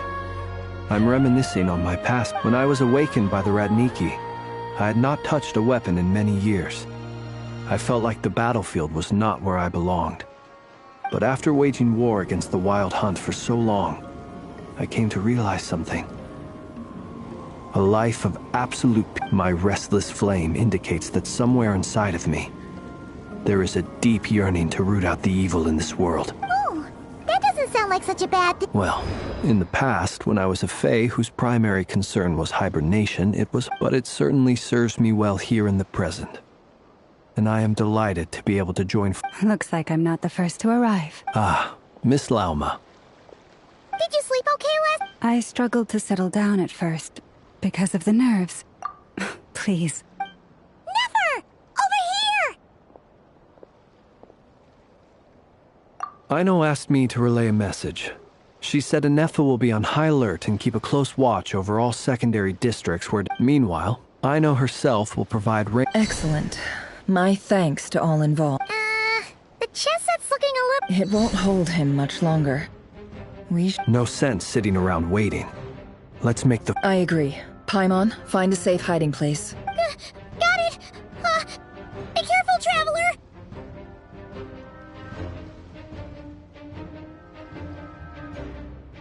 I will.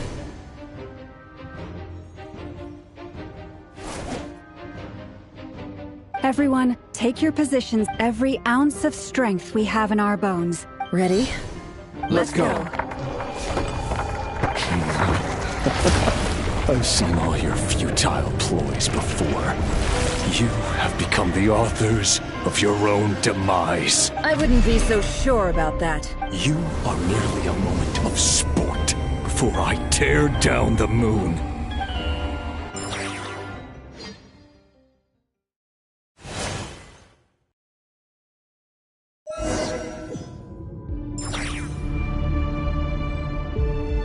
Stay on your toes. Yep, you too. You're just dead meat. Be silent. Moonlight betrays you. Leave this place. Let me help you guys. Eat this!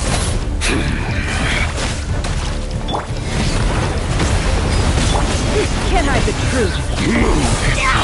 Futile. The mystery unravels. Observe. Move. For the everlasting forest. Hunt them down. The moonlight betrays you. It all adds up. Go! Hunt them down.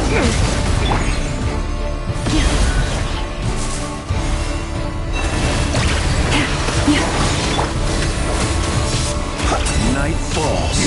With one heart, we pray. Moonlight betrays you. Can't hide the truth. The deception ends here. Bombs away!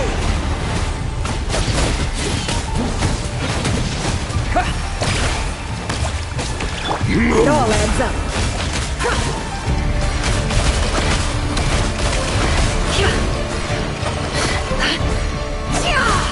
Can't hide the truth.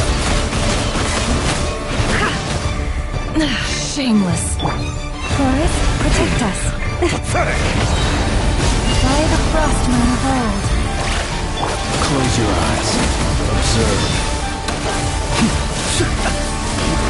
No more lies. It began with the moon, and so shall it end.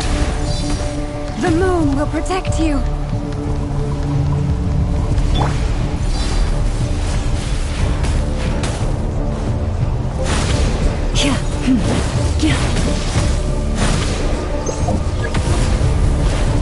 Stay your hand. Branch into song.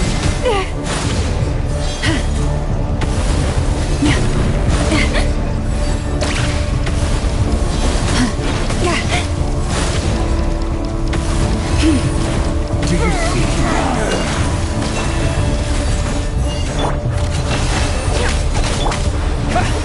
From here, when will it be as you foretold? Betrays you.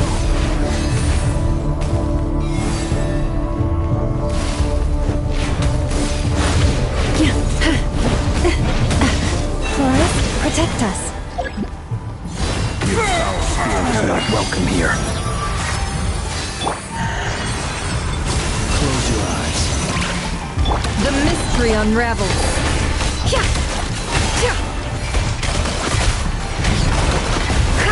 Let's see what you're made of. No more lies. Wipe out!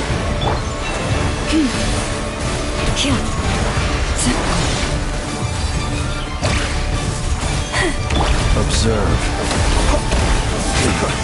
Pathetic. You poor lost lamb. Can't hide the truth. Absurd. Seek within. Futile. By the frost moon of old. Forest, protect us. It all adds up. Moonlight betrays you. Hunt them down. Move. Can't hide the truth. Down. Moonlight betrays you. Your little game of heroics is over.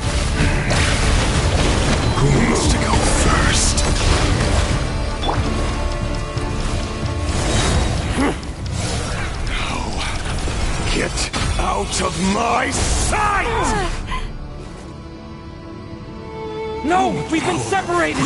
Take! You okay? Nefer! Where are the others? Stuck outside the barrier. I guess he really doesn't like us. I told you before. Knowing too much is always a death sentence. Be careful what you wish for.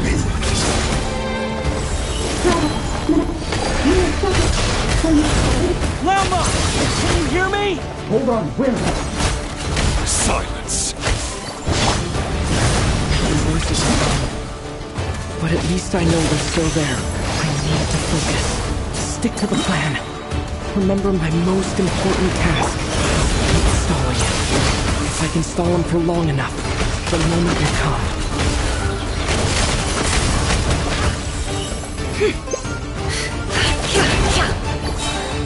The mystery unravels. No more lies. It all adds up.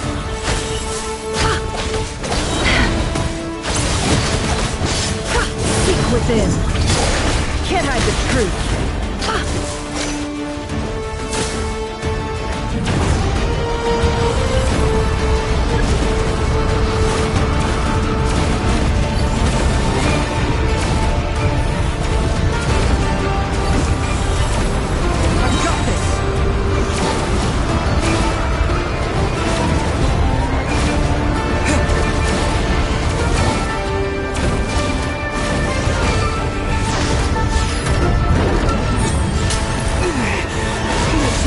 I can't keep this up! Don't push your luck. How much power will it take? Go! The deception ends here. No more lies. It all falls to the truth.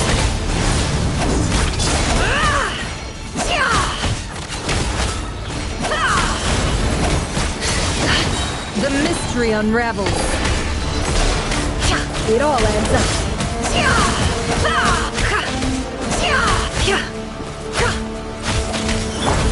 Go!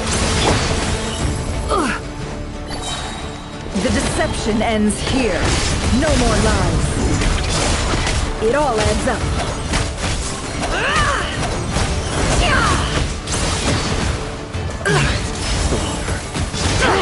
Absurd. Seek within.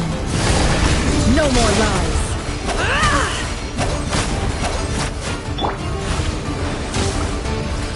Can't hide the truth.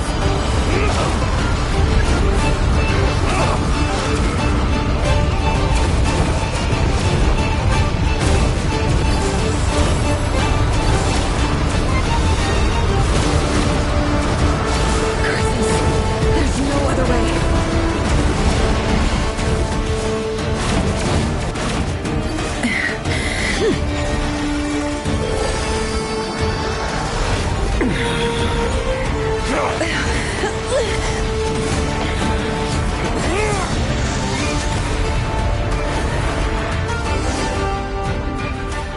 The only way to defeat Rarer is to borrow his... That means Columbina will have to disappear. You have to hold on.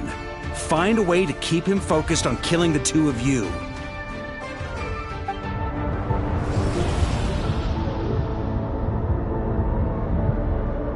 Nefer, your eyes are bleeding.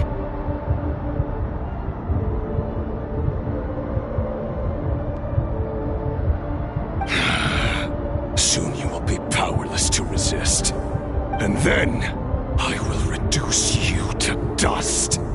But that dust will plague your memories. Come on. Keep holding on. Any other tricks up your sleeve? Let's see them. As entertaining as they are. You've backed yourself into a corner. You don't fool me. I see your fear clear as day. I have to stoke his rage. Make him unleash everything. You fear what you could never defeat. You fear the thought of never being able to save your beloved. You cannot win the fight against fate, Rerir. Is that what you think? Well, now it's your turn to feel afraid! You fear the sound of your own name? Is it us you hate? Or is it what you've become? Let's see what becomes of you!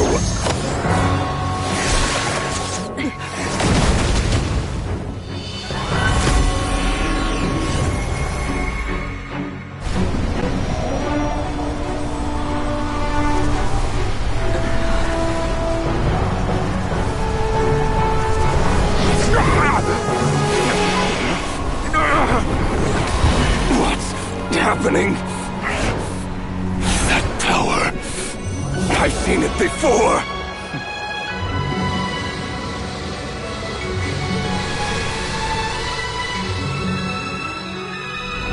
His power is on another level. We'll need to use an alchemical array to convert his power into a usable form. Then quickly channel it into Columbina, rendering her powerful enough to compete with him.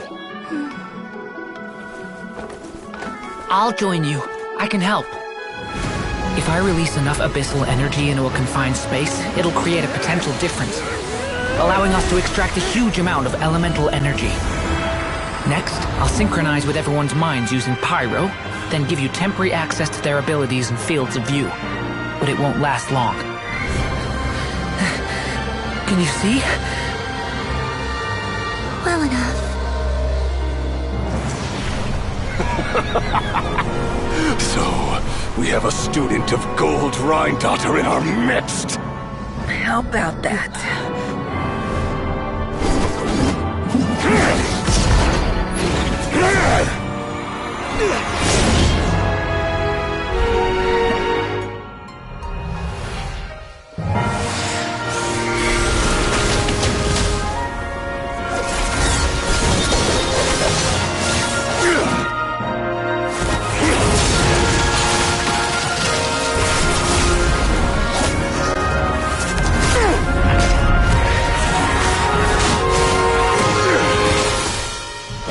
You use my own power against me? Just like how you stole Kuvaki. Look familiar?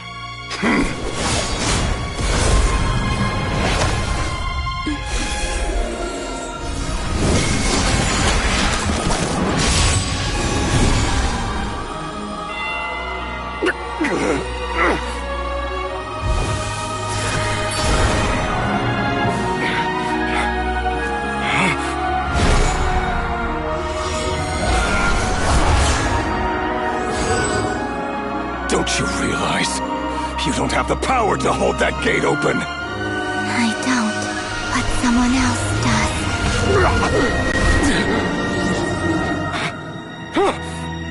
Goodbye, Rerir.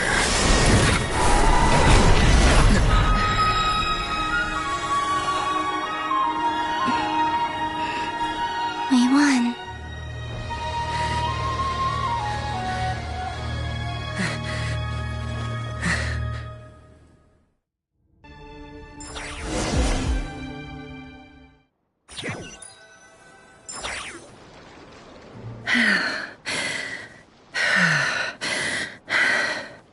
Nefer, how are your eyes? They're fine. Apart from the blindness, of course. It's not too late. Let me handle it.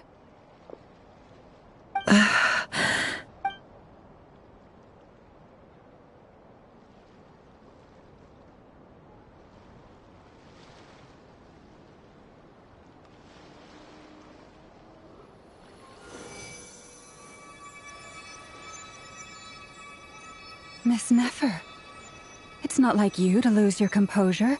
That was the most... Reckless how? The situation was critical. Our lives were at stake. Even so. Okay. I guess you're right. Under the circumstances, it was a wise decision. You traded your eyes for an incredible victory. In business terms, I suppose that's a huge return on investment. I'd be hard-pressed to argue with. Still, I don't like this outcome, and I don't want you to lose your sight for good. People suffer when they make sacrifices they shouldn't have. I had hoped you could win without sacrificing so much as a single hair on your head. Thank you. All done. Don't try and open your eyes just yet.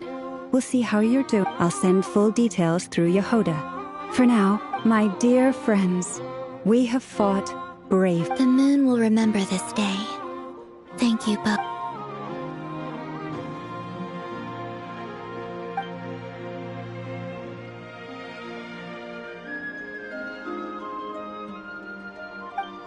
There's something I want to let you know. What is it? When Durin connected everyone's minds so I could access their powers, I also felt everything they felt. And since Nefer's eyes were injured, my eyes are hurting now too. Hold on. I only feel the pain. There's no actual You're right. But I must say, I'm surprised to hear the Kutar share something like this with me. Things are a little different now from how they were. Friends.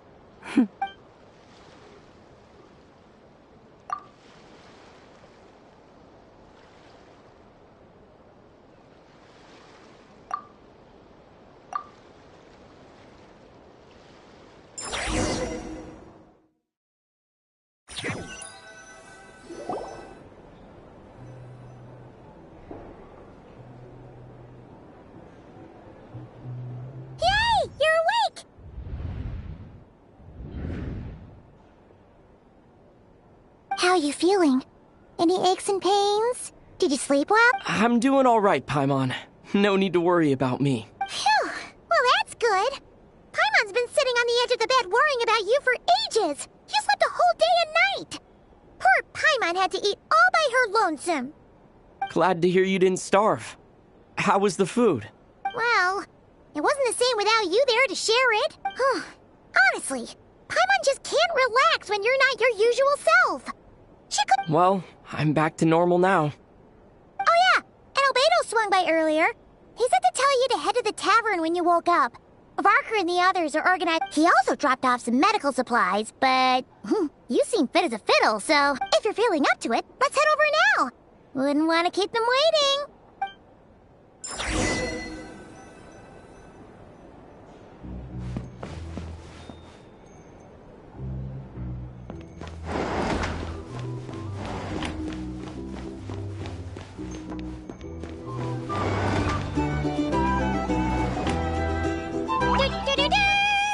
We're here!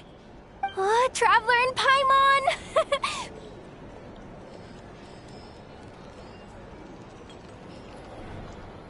Perfect timing! We were literally just saying how there's no way we're holding— How are you feeling today? Much better. Thanks. Don't worry about me.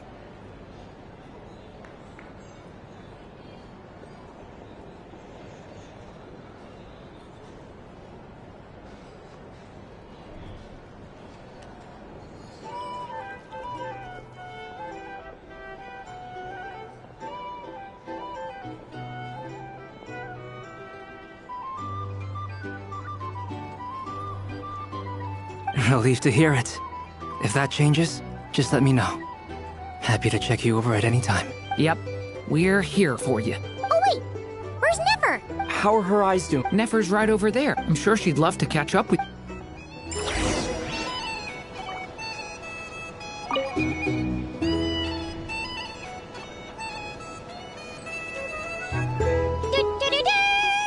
We're here! Traveler and Paimon! Perfect time! How are you feeling today? Much better. Relieved to hear. Yep. Oh wait, where's Nefer? How are her eyes? Nefer's right over there. I'm sure she'd love to—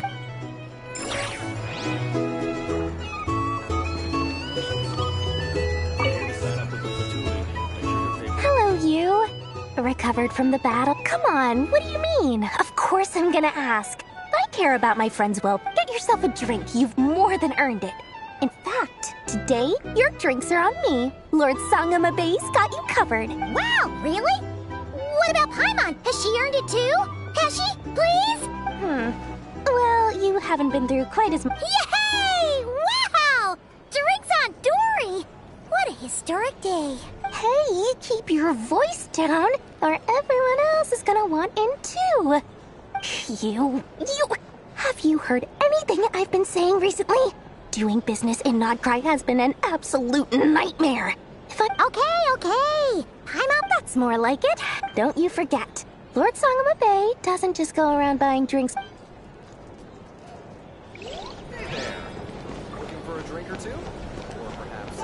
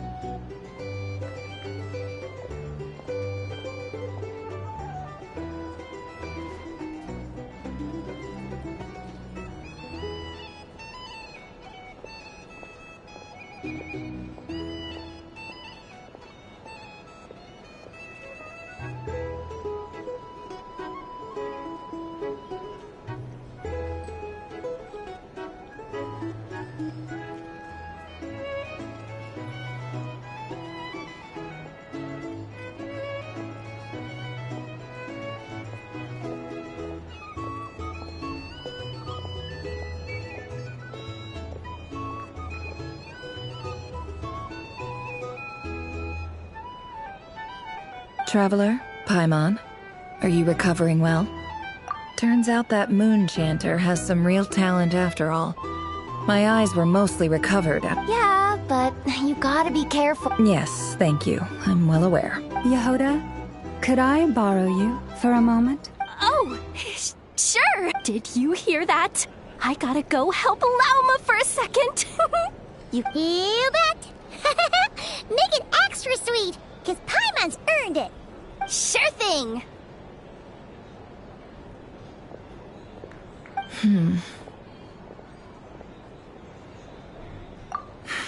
The Raker of Solnari. Kind of a snake, don't you think?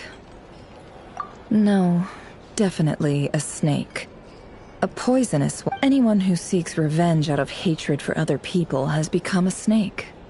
That's something my dad used to say. Perhaps.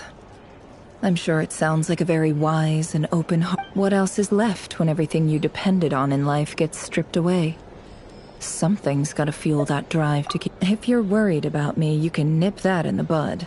It's just, I suddenly feel like I was wrong to call my father a liar. Oh, father. Look at the Ibis King. Thoth is a fiendishly cunning liar. He's never brought it up, but I'd bet he feels the same way. Why else would he give me the power to perceive the truth, while at the same time training me in the art of deception? Well, King Deshret banished him to Aru, which is essentially a prison, and posed 3 questions to him. He promised that he'd have his freedom if he could find the answers. His response was to take on a physical form and approach me, hoping that I could become his envoy and search for one of the answers on his behalf. Did he really think I'd fall for that? He's stuck there. He can't make me return what he gave to me.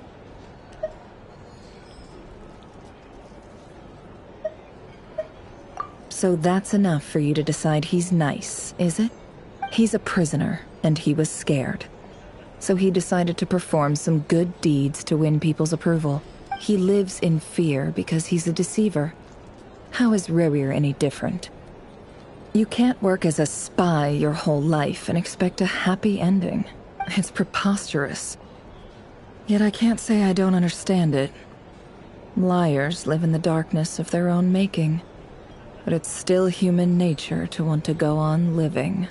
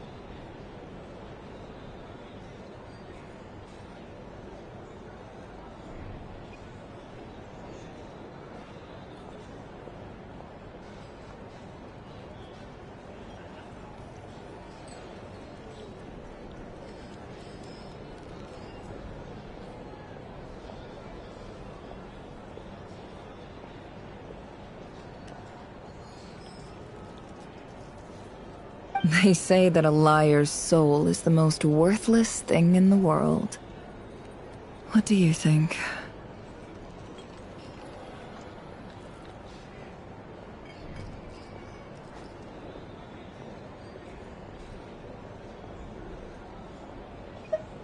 Oh, really? Well, if you ask me, the soul of a liar really is worth nothing. Because all they care about is themselves. For example, when something good falls into my lap, I don't go sharing the news around. Stops other people trying to steal it from me. So be it. They have sharp ears. I can't keep anything from them. Oh, is that what it looks like? Well, you all know my past now. And I can't simply eliminate everyone who knows too much. When you find yourself in a situation you can't control, the safest play is to keep calm and start monitoring everyone involved. If you understand what's at stake, please ensure my secret is safe with you. Very good. Oh, wait! Now that the panic's over and we've all calmed down, after all that build-up, our mystery ally never showed up even once!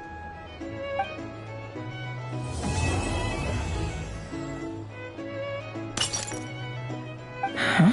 Am I imagining things?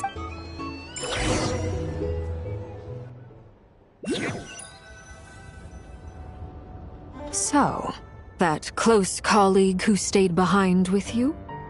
What's he been up to recently? Don't know, don't care.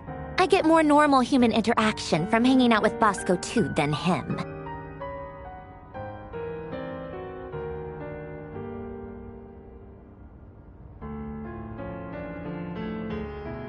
Although, now you mention it, he hasn't bothered me in a while. I wonder if... If he's disappeared without a trace, it's the biggest gift he ever gave to the world. But I somehow doubt that's what's going on.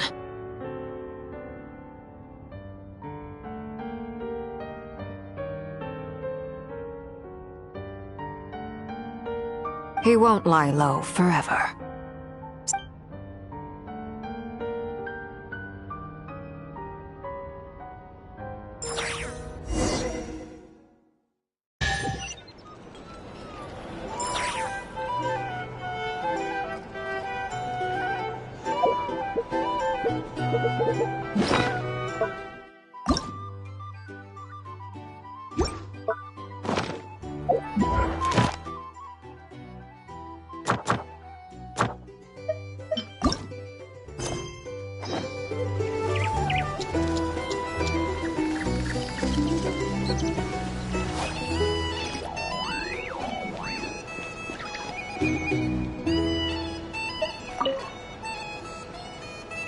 How have you been holding up? Any adverse reactions? If you start to take a turn for the worse, make sure you tell me right away. You don't need to worry about me, Grandmaster. I'm fine. I mean, I barely did anything, so... What? You're too humble, young man.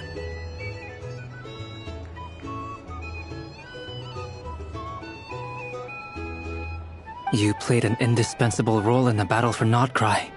We can't thank you enough for your support. Sometimes, when people praise you, it's because you deserve it. The best thing is to accept it calmly and with grace. It's important to learn how to respond to words of admiration. Let's do a quick demonstration. Albedo, that was an incredible feat of alchemy. The pressure was on, but you worked flawlessly at lightning speed to get the job done. Thank you. I can't take all the credit, though. Durin played a big part in forming the alchemical array. See? Did you catch that? A masterclass in how to take a compliment. Okay. Yeah, I did work pretty hard. Hey, you guys! Hey, look who's bounced back. Looking good, Traveler. Seems like you've recovered. You won't need to take any more medication. Can I get you a drink? Huh? You know how to order at a bar now? Handling a drinks order is ridiculously simple compared to alchemy. Paimon believes it! Here, to be totally honest though, Paimon didn't quite follow all the details when you first explained the plan to us. Don't worry, that's completely understandable.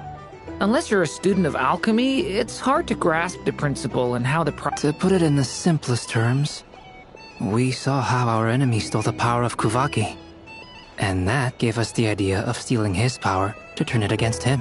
When facing an enemy you have no hope of defeating, it's best not to engage them in battle. So, instead of looking for a way to overpower him, we decided to help Columbina get strong enough to at least stand up to him in a fight. For this to work, we had to analyze his modes of attack, confirm who his main target was, and make sure that he wouldn't go beyond the range of the alchemical array.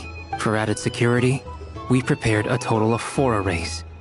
But to mitigate the impact of the battle, we identified one location in particular as the ideal spot, which is where the confrontation took place. The alchemical array absorbed his abyssal power. Then Durin processed it to render it usable by Columbina. That power enabled her to do what would otherwise have been nigh on impossible. What surprised me was that Dainsleif actually agreed to join us. Given his history with Rerir, he had every right to sit this one out. But we're extremely grateful for the decision he made. It must have been a painful choice to make.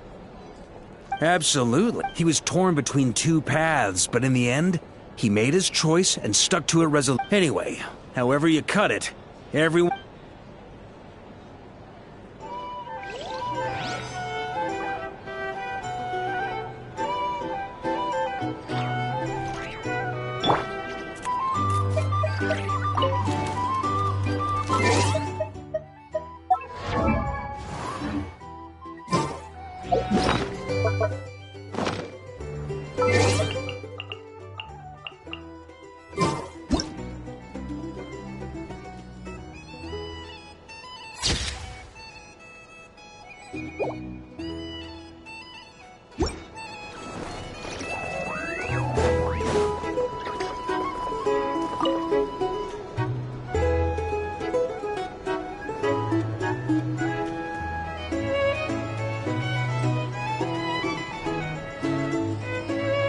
Ah, Lord Sangama Bay. How lovely to see you. I must thank you for the device you provided. It was an enormous help. Would I be right in thinking that it was developed by the Academia? Why come and ask me when you clearly know already? I mostly came to thank you. That's more like it. A little gratitude goes a long way with Lord Sangama Bay. Play your cards right, and you might even stand a chance of becoming my long-term supplier. The chance to work with such a kind and charitable investor as yourself would be a great honor for the Curatorium. Huh? Charitable? Who said anything about charity? First I'm hearing about it. Let's see. The first plot of land you purchased in Nodcry, your desert interests, and... Stop! What do you think you're doing? Exposing my investment history! It's nothing to hide from. They're all perfectly legitimate investments. And some of the land you purchased... How? You're a curious case, Lord Sangama Bay. You don't like people finding out about your good, but I'm afraid no matter how hard you try to keep things under wraps... You did it for Sumeru. It was empty land that was gonna go to waste otherwise. I figured if I built something there, it might at least get some use, and disasters are capricious things. They strike without any warning. I've lost family to a disaster before, and I don't want to lose any friends or business partners. My elder sister used to dream of finding a sanctuary. Somewhere with plenty of food, water. It was something I looked into. But after discussing things with the Dendroar, the tech people handled the tech, and Moneybags provided the Mora. It's a pity that so few people know the truth about you. Everyone says that. So? What's the problem with that? Everyone wants to be rich. It's human nature. So yes, I love Mora, and it's nothing to be ashamed of. But surely you have dreams of your own, beyond just making... You don't get it, do you? My dream is to invest in other people's... Just thinking about it makes me... Thank you.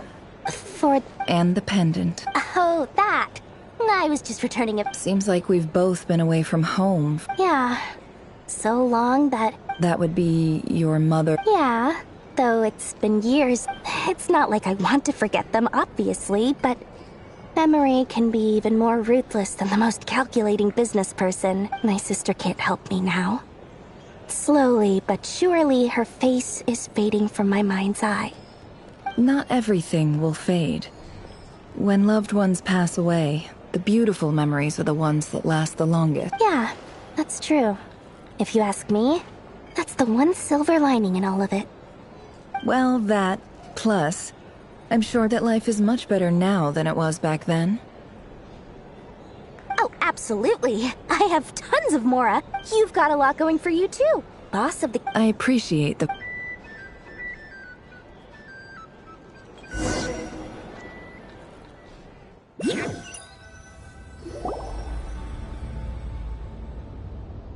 That's the only reason you're here. Yes. I've thought a lot about it. And I've realized that you, me, and Arlecchino should be friends. I think this is very important. So I felt I had to come and tell you. Well, this is a new one.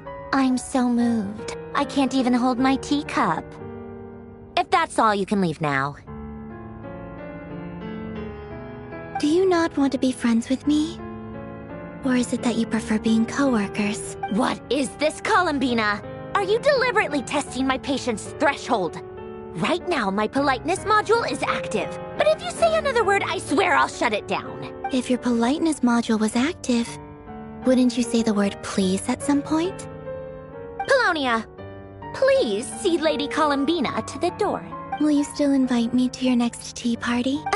What? Yes, I think you will. Bye-bye, dear Sandrone.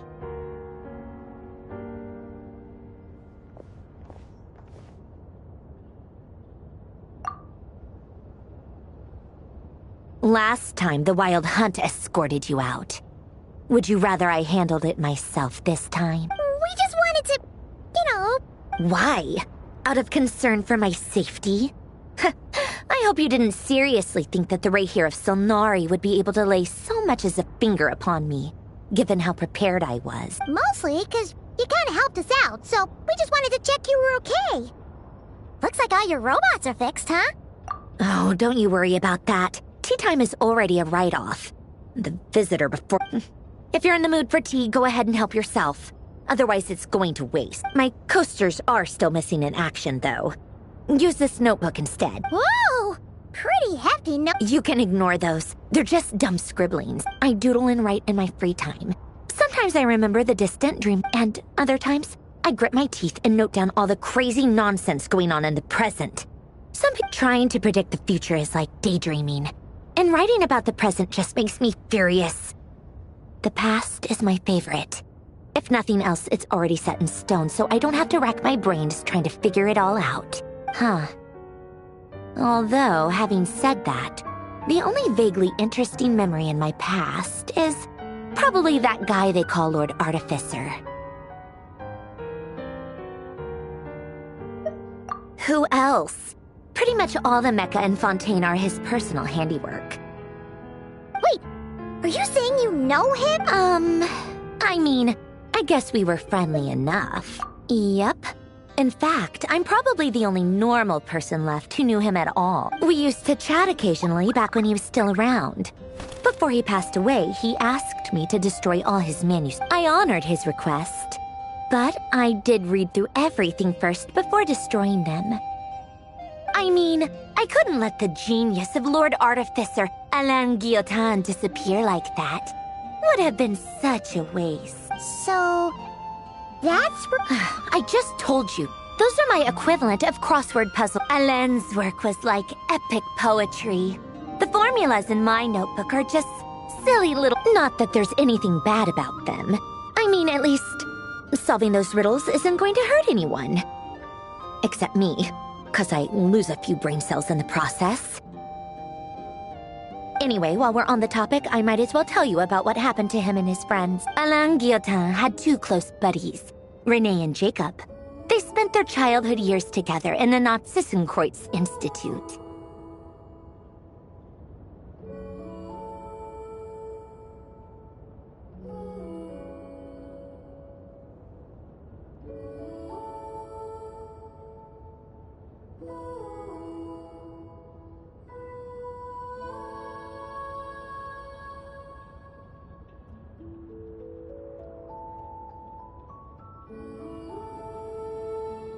They were all quite competitive, so there was some rivalry between them, but it was a friendly rivalry.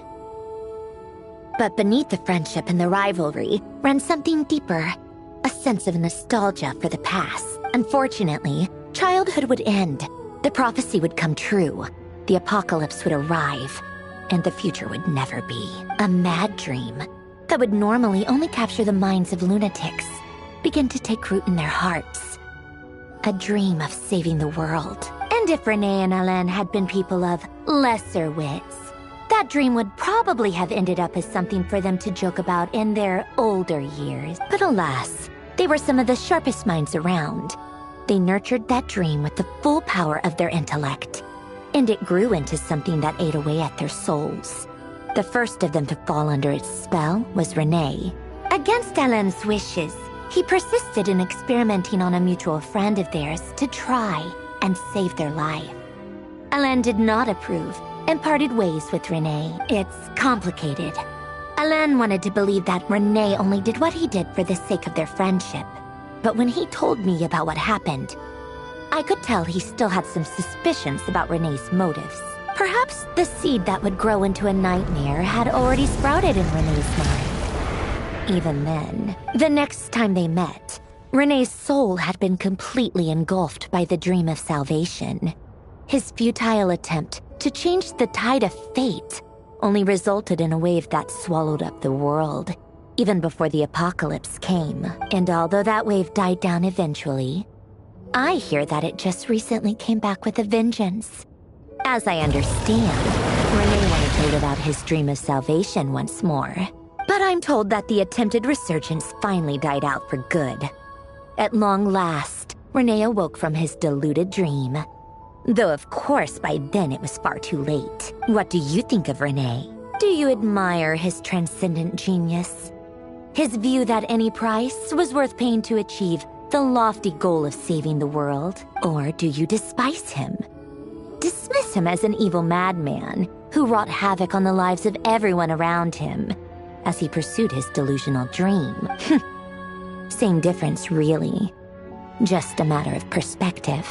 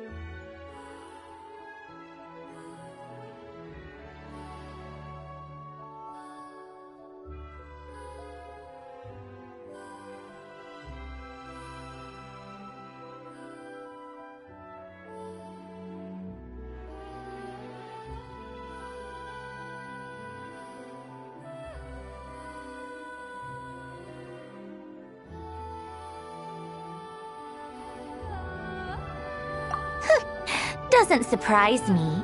You share one thing in common, after all. You both want to be the savior.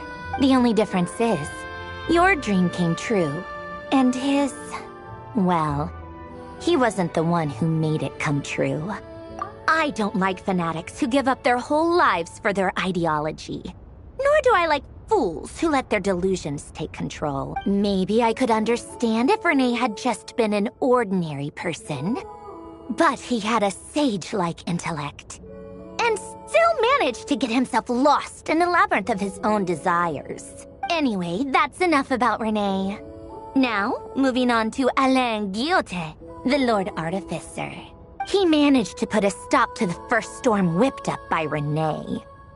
But after that, Alain lost his friends and family. To his credit, I suppose, the loss of his family and friends was purely a tragic accident. It's not like Alain sacrificed them for his cause or anything. After that, the only thing supporting his work was the same dream that had dragged his closest friend down to the abyss. But although the desire to save Fontaine drove him to found the Fontaine Research Institute, Alain continued to reject any form of transcendental knowledge or power. He was suspicious and fearful of it, having seen the way it had affected his closest friend. I think that formulas and machines derived solely from human intellect were the only thing that gave him a sense of spiritual comfort. Yet Alain's intellect was simply too great.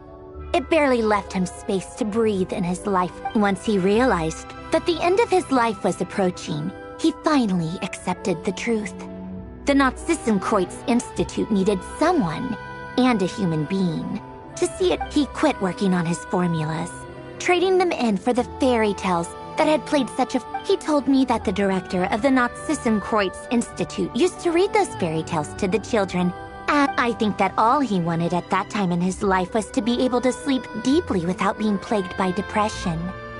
At the very end, he laid down to rest in the ruins of the former Nazissenkreuz Institute orphanage, while the Fontaine Research Institute he had founded continued tirelessly with its work. Many years after that, tensions over competing dreams would once again cause a rift, this time between members of the Fontaine Research Institute.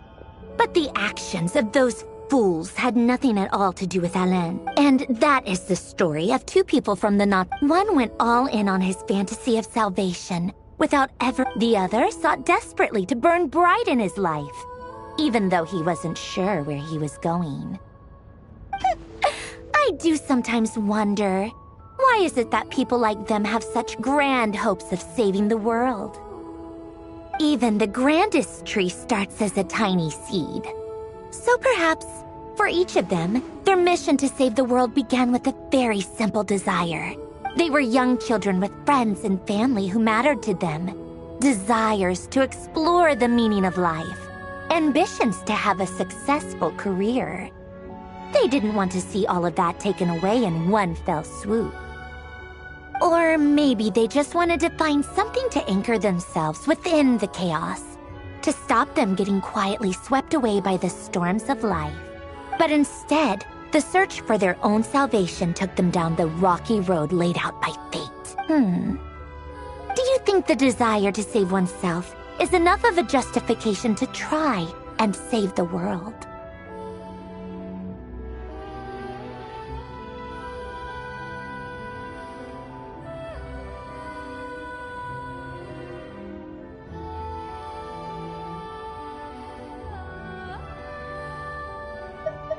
You don't know? I guess Alain was much more straightforward about it. I asked him the same question back when he was in his prime, putting all of his energy into his work.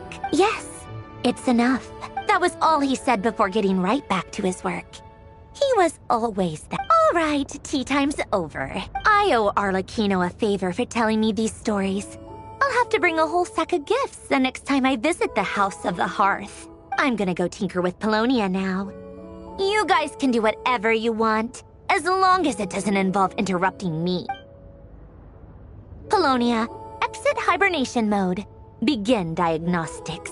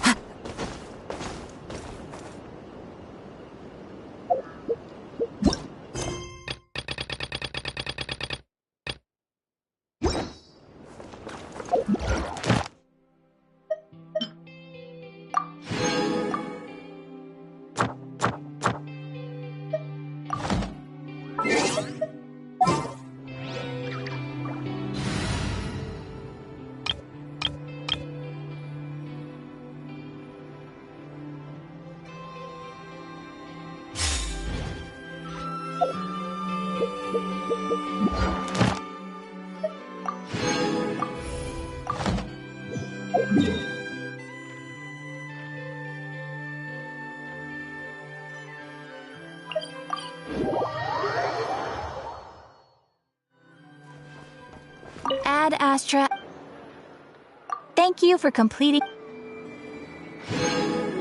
Ad Astra.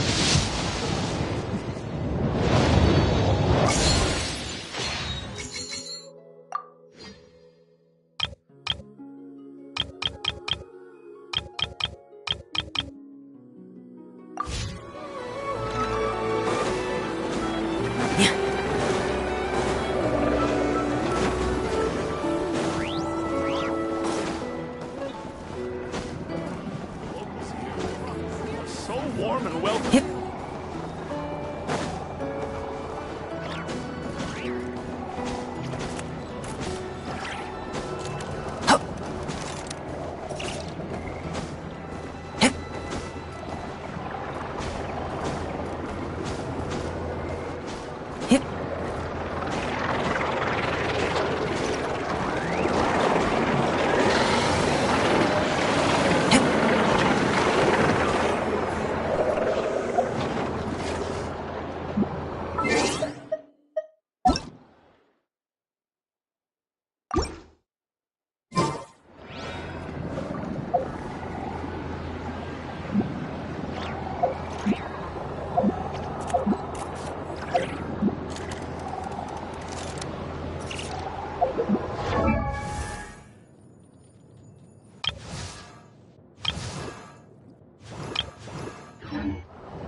Wherever the tide takes me, so long as the light of the hearth still shines.